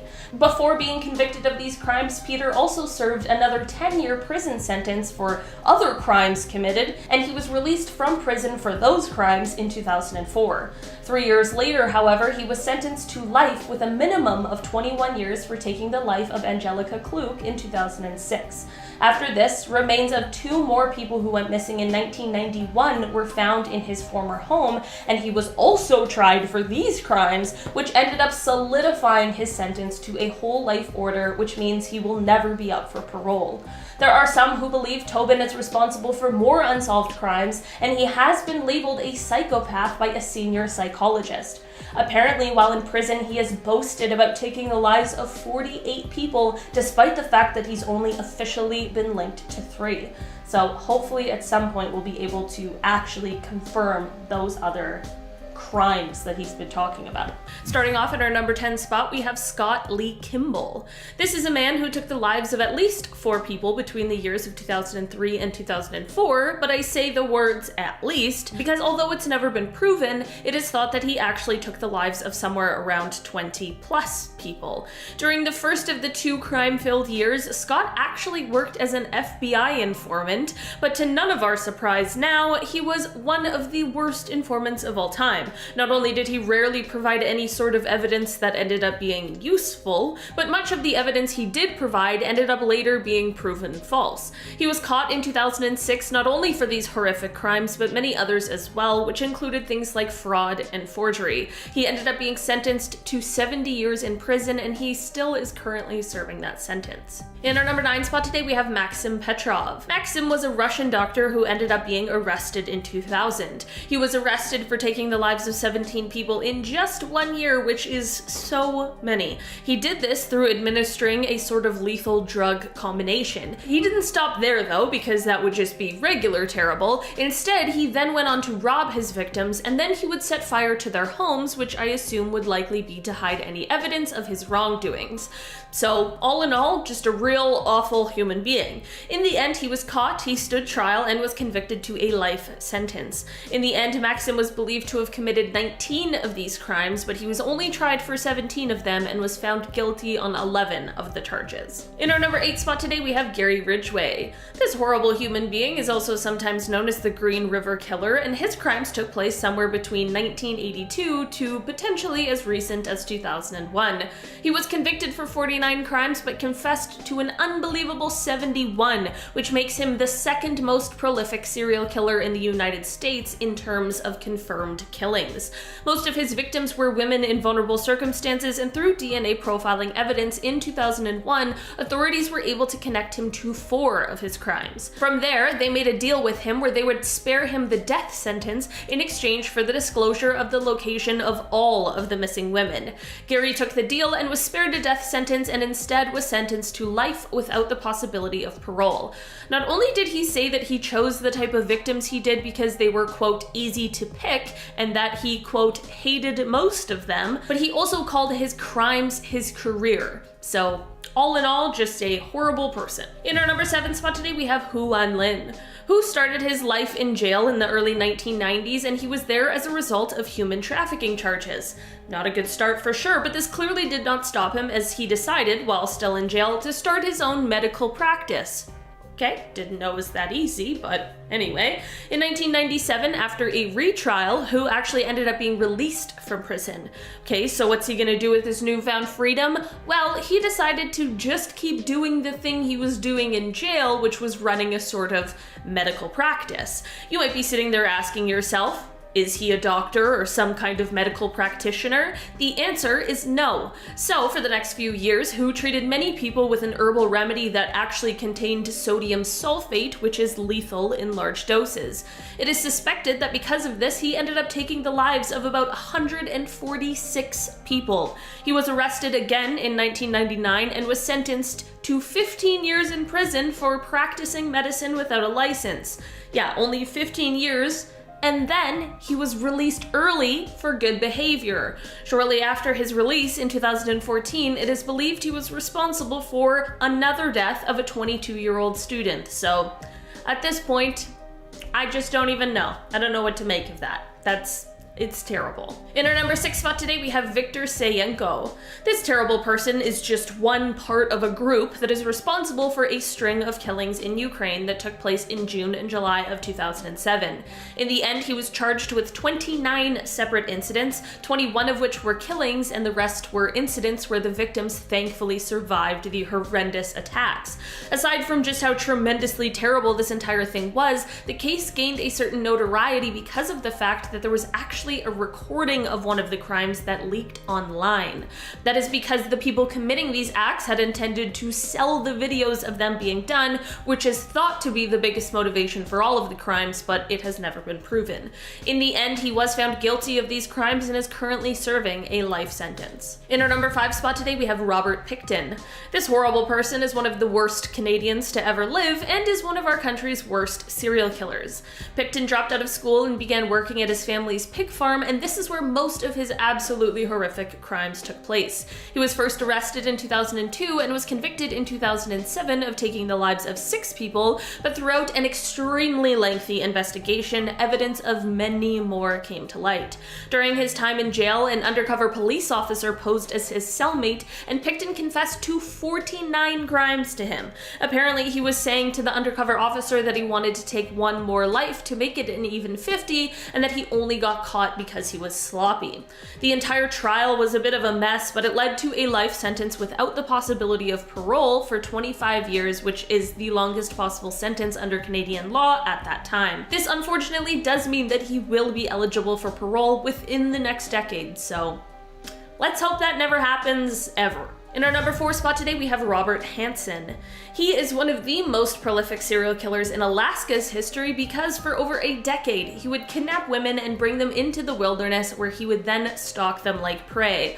The reason he got away with his crimes for so long is because outside of these horrifying crimes, he was just a soft-spoken baker. Robert was heading to church by day and prowling strip clubs at night looking for the next person to take. What led to the downfall of this horrible monster was a badass named Cindy Paulson, who was able to escape from Robert and was sure to leave evidence behind. She then went to authorities and told them what happened, and this led to a search warrant for Robert's property, which is where all the evidence they needed lied. Robert is believed to have taken the lives of at least 17 women, and in 1983 he was sentenced to 461 years and a life sentence without the possibility of parole. In our number 3 spot today, we have Catherine Burney. Back in the 1980s, Catherine and her husband David decided to go on a little spree that would see them taking the lives of 4 separate women. The pair would together kidnap the women, bring them back to their home where the rest of the crimes would take place. In the end, the pair was caught due to their 5th victim, who thankfully was able to escape. She went right to the police and was able to lead them directly to the home of these terrible people. Both of these 2 were sentenced to 4 terms of life in prison, and based on laws at the time, this meant that they had to serve at least 20 years before being eligible for parole. In 2005, David ended up taking his own life in jail, and while Catherine has applied for parole a few times, in 2009 it was determined that she will never be allowed to be released, making her only the 3rd female in Australian history to have her papers marked this way. In our number 2 spot today, we have Robledo Puig. This man is a serial killer from Argentina who is said to be responsible for taking the lives of 11 people, as well as a series of robberies, kidnapping, and more terrible things that we can't even talk about here on YouTube. In the end, because of a blunder in the middle of a crime where he not only killed his own accomplice, but then failed to remove his own identification from his now dead accomplice's pocket, thus basically placing him at the scene of the crime, he ended up being caught and arrested. He ended up being sentenced to life in prison. These crimes took place in 1972, and while he did become eligible for parole in 2000, he still remains in jail to this day and is one of the longest serving prisoners in Argentina ever. In our number 1 spot today, we have Adnan Colak. This Turkish serial killer is responsible for taking the lives of 11 women who were between the ages of 68 and 95. He also was responsible for 6 other crimes that were against elderly women, so really just the worst of the worst. Anyway, he ended up being caught for his crimes and was sentenced to 6 death sentences as well as 40 years in prison. This was back in 1995 when he was first sentenced, but in 2004 the death penalty in Turkey was abolished, which then commuted his sentence to life in prison. I truly wish this was where the story ended, but it is not. No, instead, in May of 2005, Adnan was actually released from jail. I wish I was joking, but that would be a very weird joke to make, and unfortunately it's just the truth. There was some sort of conditional release agreement that was called the Rasan Amnesty, so somehow this guy just got released. I don't know. Again, I hate it. It happens, and I don't know what to do about it, okay? Kicking off the list at number 10, Aham Kartal. One of the worst when it comes to Turkey serial killers. His nickname is Izmir the Monster. He sexually assaulted and then killed young women in the mid-80s, but once he was checked into a mental hospital, he was either released or he escaped multiple times. This guy did this multiple times, and then once he was out, he would then repeat said disgusting crimes. He would leave, somebody horribly, and then be sent back. It was a broken system that clearly was not working for anybody. He shouldn't have been released at any point, nor should he have been able to escape. But after an escape in 2000, he was caught, and then something bizarre happened. I had to start this list off with this one. This is what happens when two evil humans cross paths. He was killed by somebody else on this list, who I'll mention later on. Yeah, we got a crazy one today. This is the darkest list I've ever done on this channel. Number 9, Adnan Colak. Yeah, fair warning, this is a dark list. After that first one, you're probably like, okay, I see. Some dark history coming in hot. This Turkish serial killer is responsible for taking the lives of 11 women who were all between the ages of 68 and 95, older women. He was also responsible for 6 other crimes that were also against elderly women. Just a horrible theme going on here. It's disgusting. Now, down the road, he eventually did get caught for these horrendous crimes. He then got 6 death sentences as well as 40 years in prison. I mean, yeah, right? I would hope that's the case here. Make it 80 years. Sure, doesn't matter at this point. Point is, see you never, pal. Bye. Now, this was back in 1995 when he was first sentenced, but cut to 2004, death penalty in Turkey was abolished, which now meant that in May 2005, one Adnan Colak was released from jail. His nickname is the Artvin Monster. Number 8, Hu Wanlin. Hu started his life in jail in the early 1990s, and he was there as a result of human trafficking charges. You would think once inside, prisoners would have a tough time continuing their practice, but not Hu Wanlin. No, he decided to try something new entirely. While in jail, he kicked off his own medical practice, and then in 1997, after a retrial, Hu was released from prison. Once released, Hu continued this medical practice that he had started behind bars, but I must remind you at this point, he's not a doctor. He was not a medical practitioner at all. He was just doing that in jail because you're just in jail. So for the next few years, Hu treated many people with this herbal remedy that actually contained sodium sulfate, which is very lethal. It is suspected that because of this, he ended up taking the lives of around 146 people. Hu was arrested again in 1999 and then was sentenced to 15 years in prison for practicing medicine without a license. Then 15 years later, he was released on good behavior. Yep, I said on good behavior. Shortly after his release in 2014, it's believed that he was responsible for another death, this time of a 22-year-old student. I believe people can change to a certain degree. This type of stuff, I mean, you can't just risk having these people in public. It's not fair. 146 lives? Come on, man. Number 7,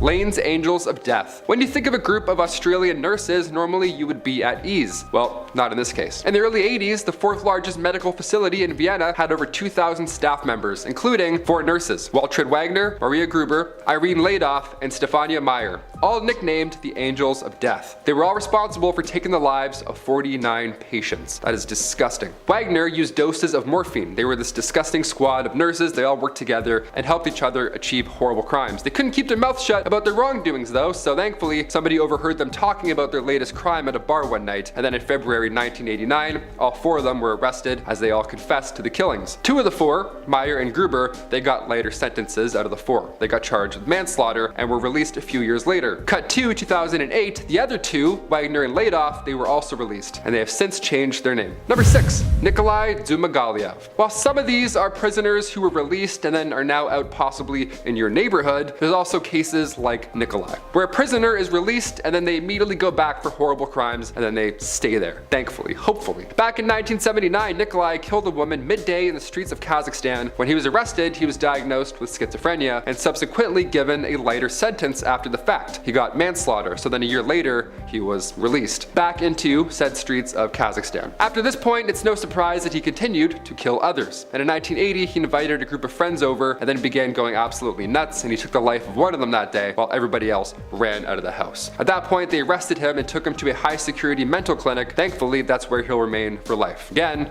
hopefully, but as we see on this list, things could change.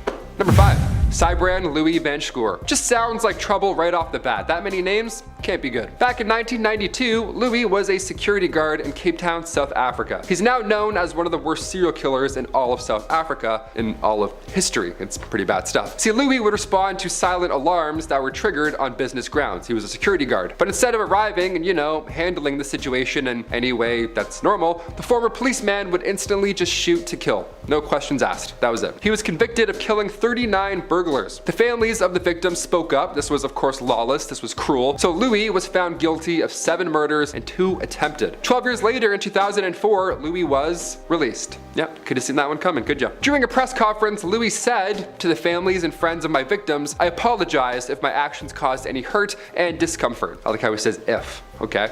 "I have done my time." Yeah, you actually didn't do your time, Louis. You did 12 out of 20. Your math is and so are you. Number 4, Ali Kaya. Nicknamed the baby-faced killer, Ali Kaya was convicted of 10 killings, but in 2012, the man was released after a report stated that he had a mental disorder, common theme in this list here. His next step at this point is perhaps everybody's worst nightmare. He immediately attacked those who had testified against him during his previous trial. He ended up taking the lives of 3 of those people and leaving 2 more injured. That's terrifying. He was recaptured, thankfully, in 2013. Thankfully, nobody else got hurt after his initial release. But remember that horrible guy that I mentioned at the very beginning of this list, Adnan Colak? Well, when he was finally put back in that mental facility after escaping and killing over and over, this is the guy that ended up taking his life in jail. Yeah, Ali Kaya killed AM Cartel in jail in 2000. Small world, huh? Guess it's all about who you know. Number 3, Charlene Gallego. A match made in hell, it seems, this time around. Back in the late 70s, Charlene Gallego, alongside her twisted husband, Gerald, were the worst in Sacramento, California. They kidnapped and then later killed 10 victims. They kept them and abused them for a while before ultimately ending their life in a cruel way. It was really the most twisted situation you can imagine. Just absolutely disgusting people. Now, cut to 1984, Charlene pleads guilty to murder and receives 16 years. Gerald was waiting for execution at this point, but he died of cancer before meeting his demise. No comment. Charlene ended up getting out and moved to Fair Oaks, California, where she then changed her name and could be at the grocery store next to you. Number 2, Anthony Montwheeler. On January 9th, 2017, Anthony kidnapped and subsequently took the life of his ex-wife, Anita Harmon, in front of multiple witnesses. Disgusting. Now, after this horrible crime, he took police on a short high-speed chase, which sadly ended in a head-on collision between him and another vehicle, which also took the life of the driver of that vehicle, David Bates. Just the wrong place at the wrong time. Horrible stuff, right? Now, cut to 20 years prior, we're gonna go back a little bit, in 1996. It was at this time Anthony had been charged with kidnapping previous wife and their son at gunpoint, but during the trial, Anthony pled not guilty by reason of insanity, and he ended up having to avoid prison entirely, but was sentenced to remain under state jurisdiction for the maximum sentence, which at that time was 70 years. So for 20 years, he was held in a mental health facility, but 20 years is certainly not the 70, right? So how is he able to get out and commit these horrible crimes, you ask? Well, in late 2016, quite recently, just 1 month before these horrible other crimes unfolded that I started with, he sat in front of a state review board and admitted to them that he had been faking insanity the entire time after that long. He detailed about how he studied books on how people would behave and how his previous defense of hearing the voice of his late mother was entirely just made up. He even said, "I've been using the system and I'm done." Yeah, he just got tired of playing along with his own charade. Although a forensic psychologist found him to be a high-risk offender, a psychiatrist from the facility that he stayed at testified that he showed no signs of mental illness and had been off medications for a year. This would make sense considering he's admitting to no mental illness, but does that mean that he's not a high-risk individual? He ended up being released from the facility, and the guy didn't even have to serve a prison sentence, and then this is what led him to ultimately being able to unfortunately commit these atrocious acts on January 9th, 2017, that head-on collision. Number 1, Karla Homolka. Being a Canadian, it's hard not to end on such a grim personal note here. In the early 90s, Karla Homolka and her husband, Paul Bernardo, they had done horrible things to at least 3 women. They killed 3 women, one of which was Karla's sister, Tammy. Horrible stuff. See, Karla had offered her own sister as some sort of gift to Paul. How disgusting and crazy is that? So when Bernardo was arrested in 1993, that's when Karla told officials that she was actually forced to be involved in said killings. Although later footage that was released would determine otherwise. She wasn't necessarily on board, apparently she was forced to comply. Okay, sure. So with that, she got a plea deal for testifying against Paul, therefore receiving 12 years. Cut to 2007, she's out. Now she has 2 kids, she's fully remarried, and she even volunteers with other parents at a school in Montreal. One woman spoke out, as I'm sure many do on a daily basis, but she said to Breakfast Television on air, "We don't want her here. How would you feel knowing that your child is interacting with a person who is a serial killer? It's not right." I have to agree. What are your thoughts on this whole situation? Sound off below. I mean, I personally wouldn't be in the same town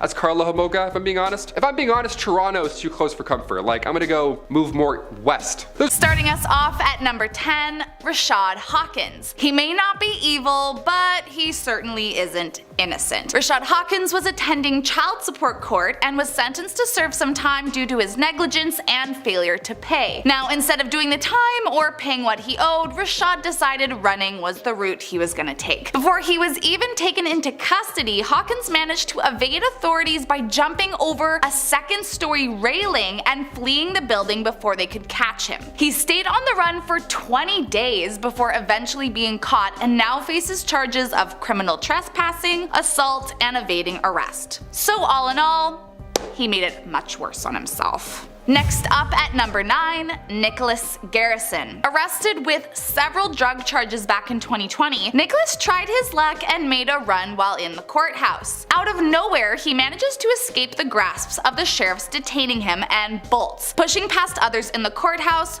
with the sheriffs chasing after him close behind. Once outside of the chamber, he headed for the staircase, at which point the sheriff made a leaping dive down the stairs head first to try and catch him, ultimately breaking a few ribs and getting a concussion. Garrison managed to escape him and sprinted down the stairs as fast as he could. He was later found in a motel and arrested, and now faces far worse charges than his original 6 months. Next up at number 8, Mysterious Man. Now, unfortunately, I could not find the name of this escapee. All that I know is that he was from Washington, so if you know his name, leave it below in the comments. The mystery man took off his prison uniform while still in the courtroom, which I can only assume was empty. But if that was the case, why was a convict left alone in the first place? Whatever, that's not the point. Now, stripped of his uniform and semi-blending in with the civilians in the courthouse, he bolts straight out the front door, running past many witnesses. Although from what I can tell on the blurry footage, it does look like he was running barefoot, which, I don't know, that's kind of clue number 2 for me. People aren't generally running around barefoot in a courthouse with good news, but hey, what do I know? Anyways, he was found a few hours later and put back into custody, and like every other person on this list, things were much worse from there on out for him. And next up at number 7, Tanner Jacobson and Cody Howard. I'm gonna go out on a limb here with little to no evidence of this being fact, but I'm gonna guess that most courtroom judges aren't starting off their day expecting to have to run around chasing delinquents down a flight of stairs. Well, whether Judge Buzzard saw it coming or not, this is exactly what his day entailed. When 2 young men, Tanner Jacobson and Cody Howard, came into his courtroom on October 16th, 2018. The 2 men made a run for it straight out of the courtroom, still in their handcuffs, and the judge quickly shed his robe and bolted right after them, chasing them down 4 flights of stairs, all the while yelling, "Stop, stop, you're only making this worse." But still they continued. Buzzard only managed to catch Howard, but Jacobson didn't make it much further before being caught by authorities after just a few blocks outside. They should have listened to the judge, because they did indeed make it much worse. Next up at number 6, Leonid Gracier.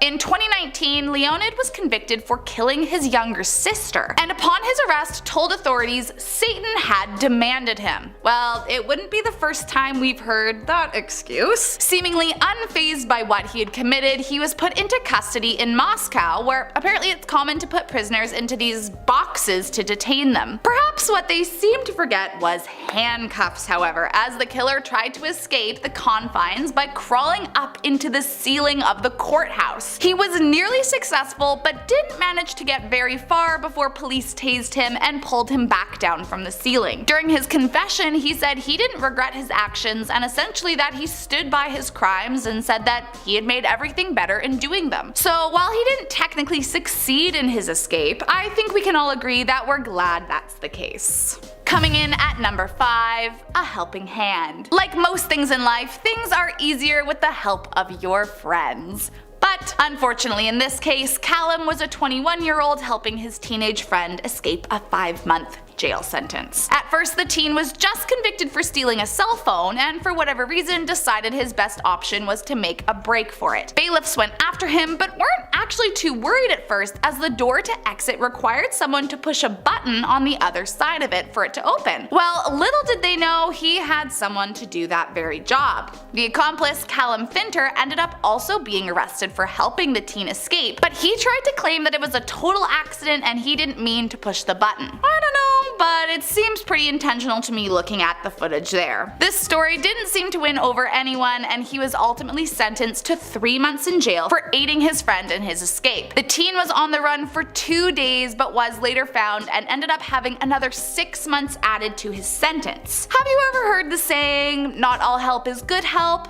Just saying, it might have been something to think about before getting caught up in all this mess. Next up at number 4, Quantrell Schwartzlow. This piece of work was under arrest for some brutal domestic violence, and despite that, was still left alone. Now, I don't know what it is about leaving criminals alone for a minute, especially those that are committed for some serious and dangerous crimes, but it just seems to me like once they are in custody, they should be continuously observed. Well, as you guessed it, Quantrell should have been kept under a closer watch. Though he was handcuffed, that didn't seem to stop him from escaping out of a window in an interrogation room in what can only be described as a swan dive out of the building. How he managed it, I don't quite understand. How he didn't break every bone in his body on the way down, also a mystery. But luckily he was caught about 3 hours later hiding out at a friend's house and was eventually charged, not only for his escape, but also the unruly crimes he committed on his girlfriend.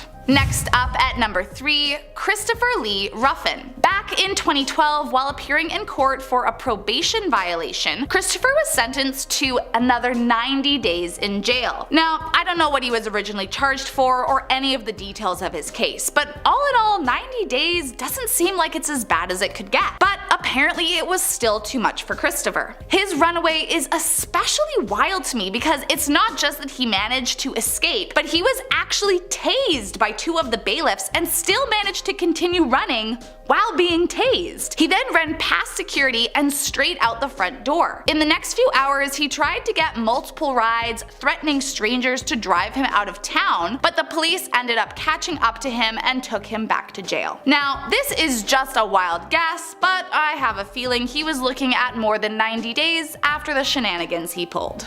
Coming in at number 2, Deontay Rasiles. In 2014, this convict was arrested for the burglary and killing of a woman named Jill Sue, for which he claimed he was being framed. Well, as he puts it, to prove his innocence, he decided to escape the courthouse with the help of some other inmates and his girlfriend. And I mean, really, what says innocent more than a secret inmate collab and a getaway car? It seems like his accomplice helped to remove his handcuffs, and then he had some twin brothers distract a guard and give him a signal for when to make a run for it. He then slipped out of a fire exit and ran to the getaway car where his girlfriend had a change of clothes for him, and they drove off in a flash. This was a very high profile case considering what he was on trial for, and caused a huge manhunt across Florida, with SWAT teams and helicopters roaming the city all hours of the day. He was missing for a week, but thankfully was found. Now back in custody, he faces a potential life sentence with the death penalty for his crimes, although he still maintains his innocence in the entire ordeal.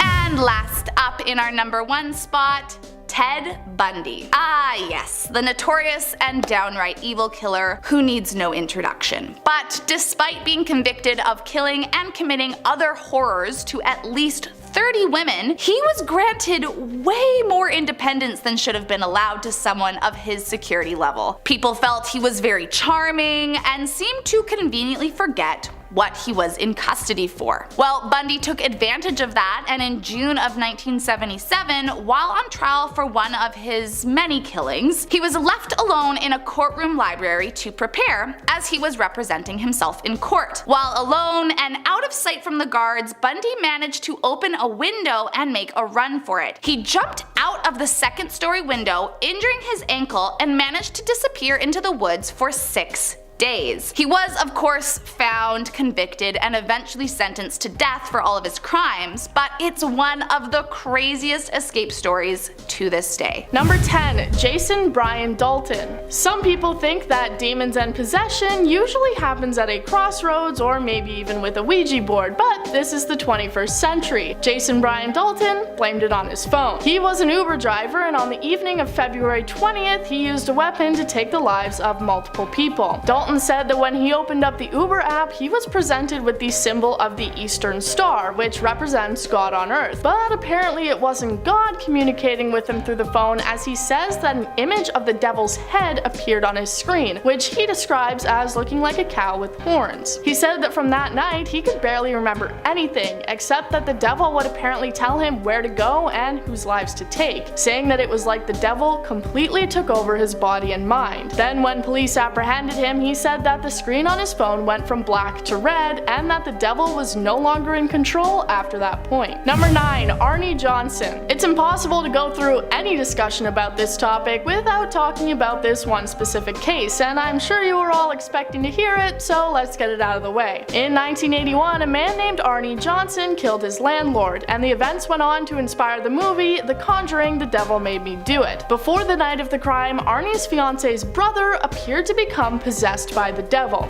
speaking in strange languages and his eyes turning black, among other things. As time went on, Arnie would start taunting the demon, telling him to leave the brother alone and take him instead. He then went to investigate a spooky well and supposedly saw a demon, who took over his body and committed the crime. When he went on trial, his team pleaded not guilty by reason of demonic possession. A pretty bold move. Of course, the judge didn't accept this, and Arnie was sentenced, only ending up serving about 5 years before he was released and married his fiancée. Number 8. Pazuzu Algarad. In North Carolina, a man going by the name of Pazuzu Algarad was arrested after it was discovered he had been burying bodies of his victims. He had taken on the name Pazuzu in reference to the demon from The Exorcist, and had even undergone some strange body modification, making his tongue forked and sharpening his teeth. If that's already not weird enough for you, the man who was at the property when the bodies were discovered had a lot to say about Algarad. He said that the man was possessed by demons and that they would take over his body about once a month, usually around a full moon. He described it as being very serpentine and said that the man's eyes would get glazy, saying it was like the inner part of the man would fade away. And he also said that Algarad would sacrifice animals once a month. The interior of the home was also terrifying, as the walls were apparently covered in graffiti and dark symbols, and the building was deemed unsafe for human life. Number 7. Pamela Frenette. In Norfolk, Virginia, 2 police officers were called to the scene after receiving reports of a man screaming and yelling in the street, and it didn't end when they got there. The man apparently swore at the police and assaulted them, even biting one of the officers on the hand. Pretty strange, but I'm sure we've all bitten someone at some point, right? Well, it gets just a little bit weirder. A woman named Pamela Frenette is apparently the wife of the man who had attacked the officers, and had apparently been begging them not to hurt him despite his actions. She said that her husband hadn't been in his right mind because he had been possessed by a demon. Pamela said that she had even managed to catch the demon on camera and knew that it had possessed her husband, saying, "I caught it on camera, a demon, it really was, so I figured that's what got him." Unfortunately, I couldn't really find much more information on this other than the original report, so we may never know just what Pamela actually saw that day. Number 6. Tommy Smith. In February of 2015, a young man named Tommy Smith saw a car that he wanted, and he wanted it bad. Instead of, say, saving up money and purchasing it, he instead decided to steal the keys from the 65-year-old man driving the car. But when the man wouldn't give in, Smith got angry, attacking him with a weapon so aggressively that he even managed to snap it in half. Fortunately, the elderly man was able to survive, but suffered serious physical and mental damage as a result. When Smith went on trial for the attack, he said that he had started suffering from hallucinations a few weeks before the crime took place, and had actually been possessed by a demon at the time of the attack. Similar to Arnie Johnson, the court didn't want to hear it, and noted the young man's history of schizophrenia. He ended up being charged but didn't go to jail, instead being sent to a mental hospital until they saw fit for him to be released. Number 5. David Berkowitz. Berkowitz. Throughout the 1970s, a man named David Berkowitz terrorized New York City.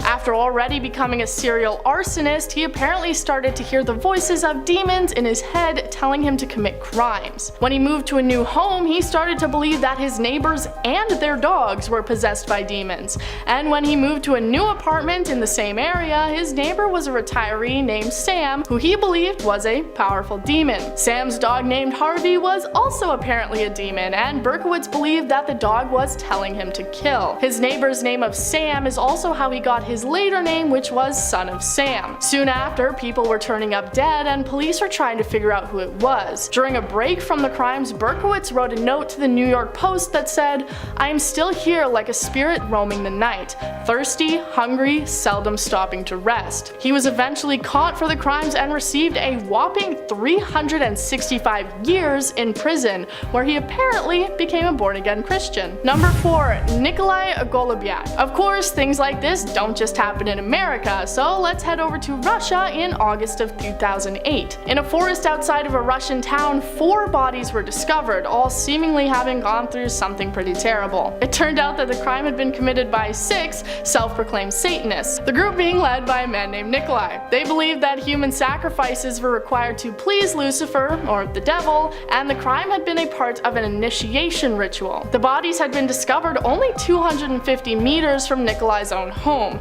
and one of the bodies had a sheet of paper that contained 101 rules of the Satanists. The young man received 20 years in prison, while the rest of the members of the group received various different charges ranging from 8 to 10 years. This isn't the first time that a crime has been committed for the sake of a ritual or cult, and it certainly won't be the last. Number 3. Cody Lott. Over the years, men have been known to do crazy things over unrequited love, and this story is especially tragic. 2 young women were walking down a footpath in September of 2016 when they were approached by a man in a car. That man was named Cody Lott. He then attacked both the girls with a weapon, only one of them surviving the event. At his trial that took place 2 years later in 2018, Lott claimed that he had actually spoken with the devil, and that the devil had even helped him to plan the attack, saying it was due to one of the girls having a boyfriend and his own frustration over not having been able to find a romantic partner. Due to these claims, he was found mentally unfit to stand trial and sent to the maximum security unit of a Texas mental hospital. After he was released and was able to stand trial, he was sentenced to life in prison. Oddly, his parents then sued the state of Wichita to get the weapon used in the crime back, saying it had been stolen from their apartment, so I guess it was pretty important to them. Number 2. Louis Zambrano.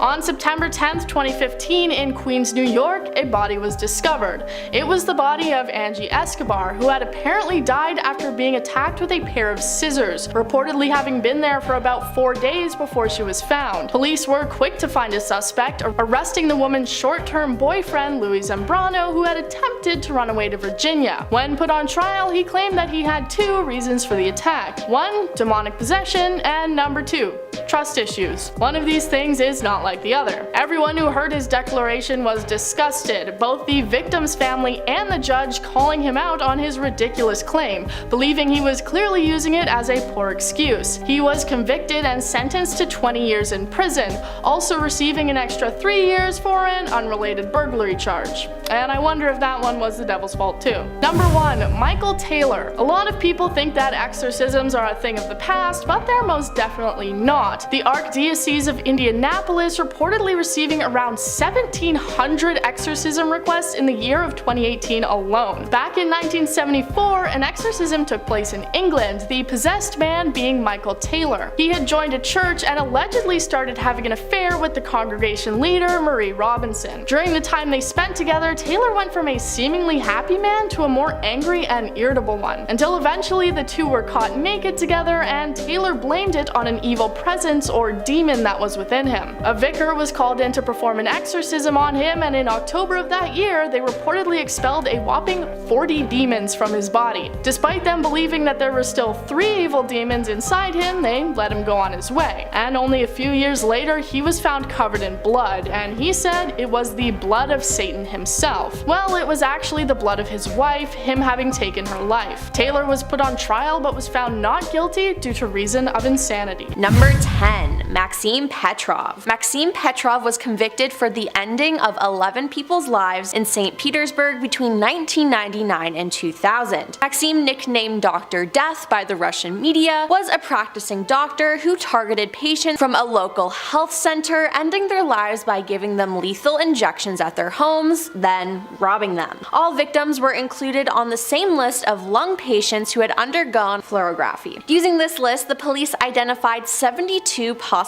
future victims in an operation called Medbrat, male nurse, involving 700 police officers. They arrested Maxim when he visited one of the patients on January 17th in the year 2000. On his arrest, Maxim admitted to the deaths but recanted his confession a few months later, blaming it on the intense psychological pressure he had endured while in custody. Various possessions stolen from the victims were later found in his flat, though he had already sold others at the market. He was suspected of ending the lives of 19 people, but tried for just 17. In 2002, Maxim was found guilty of 11 and was sentenced to life imprisonment. Number 9. Luka Magnotta. The name Luka Magnotta may sound familiar to some. Have you ever seen the Netflix documentary Don't F with Cats? Because if you have, this is where he's from. Luka took the life of Yan Lin, a university student in Montreal, Canada, in May 2012. After Luka ended his life, he then began to mail Wan's body parts to schools and federal political party offices. Then a video depicting the crime was posted online and Luka fled Canada, becoming the subject of an Interpol red notice and prompting an international manhunt. In June 2012, he was arrested in an internet cafe in Berlin where he was caught Googling himself. He also was previously sought out by animal rights groups for uploading videos of himself ending the lives of kittens. In December 2014, after 8 days of deliberations, a jury convicted him of his crime and was given a mandatory life sentence and 19 years for other charges to be served concurrently. He is currently at Port Cartier prison in Quebec. Number 8. Rosemary West. Rosemary West collaborated with her husband Fred West in the torture and the ending of lives of at least 9 women between 1973 and 1987. Rosemary also ended the life of her stepdaughter Charmaine in 1971. After police found human remains and apparent signs of torture at 25 Cromwell Street, Rose, along with Fred, were arrested in February 1994. During her trial, Rose denied ending the lives of any of the victims. Rose told the jury that her husband committed the criminal acts alone and she denied participating. In 1995, Rose was sentenced to life in prison while her husband ended his life before going to trial. She was found guilty of all 10 counts and was sentenced to life imprisonment, and it was emphasized that she should never be paroled. The Lord Chief Justice later decided that she should spend at least 25 years in prison, but in July 1997, Home Secretary Jack Straw subjected Rose to live out the rest of her life in jail. She's currently being held at HM Prison, Newhall in West Yorkshire. Number 7. Dennis Rader. Dennis Rader, aka BTK, an abbreviation he gave himself for bind, torture, and kill, ended the lives of 10 people between the years of 1974 and 1991 in Wichita and Park City, Kansas. He didn't just end lives, but also stalked women, and 2 women he stalked in the 1980s and one whom he stopped in the mid-1990s filed restraining orders against him. He also sent taunting letters to police and media outlets describing the details of his crimes. By 2004, the investigation of BTK was considered a cold case. Then, after a decade-long hiatus, Dennis initiated a series of 11 communications to the local media. This activity led directly to his arrest in February 2005. He pled guilty and was sentenced in 2005 to 10 life sentences, and though he's eligible for parole, it won't be until he's served at least 175 years. He is currently at El Dorado Correctional Facility in Kansas. Number 6.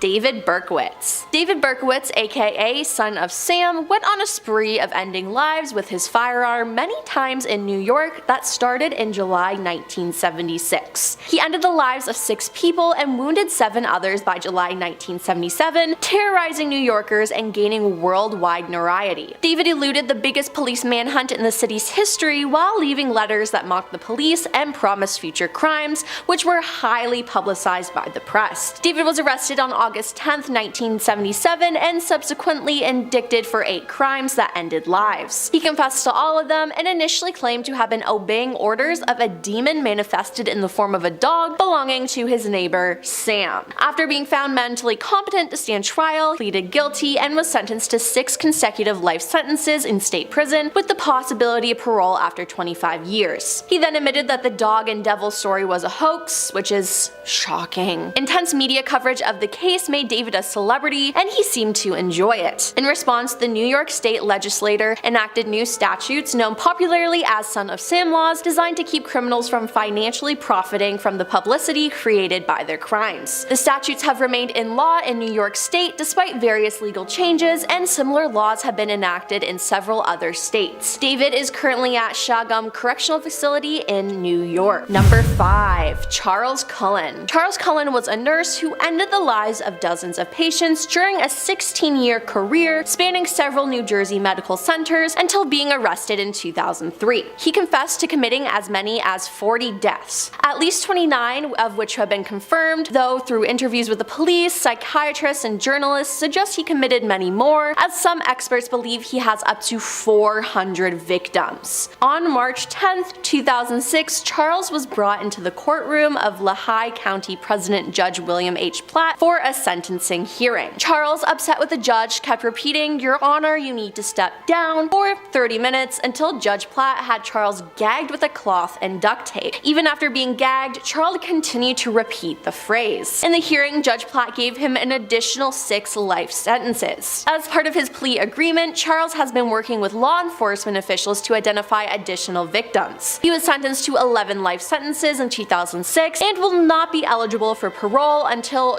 2403. He is currently located at New Jersey State Prison in New Jersey. Number 4. Paul Bernardo. Paul Bernardo committed crimes together with his former wife Karla Homolka, who were nicknamed the Ken and Barbie Killers. He is known initially for taking advantage of people in Scarborough, Ontario, a suburb of Toronto, between 1987 and 1990, before ending the lives of 3 women with Karla. Among those victims was Karla's younger sister, Tammy Homolka. Karla took a plea bargain of 12 years imprisonment, and she began giving statements to investigators. She told police that Paul had boasted that he had taken advantage of as many as 30 women, twice as many as the police suspected. This plea bargain caused a lot of outrage and was seen as controversial. Karla was released from prison in 2005, and she settled in Quebec, where she married the brother of her lawyer, where she's rumored to still be today. But now, after Paul's capture and conviction, he was sentenced to life imprisonment and was later declared a dangerous offender, thus making it unlikely that he will ever be released from prison. Following his conviction, Paul confessed to taking advantage of 10 more victims, and he is currently being held at Millhaven Institution in Ontario, Canada. Number 3. Joseph James D'Angelo. Joseph James D'Angelo, aka the Golden State Killer, was a former police officer who ended the lives of 13 people, took advantage of 50 people, and had been involved in 120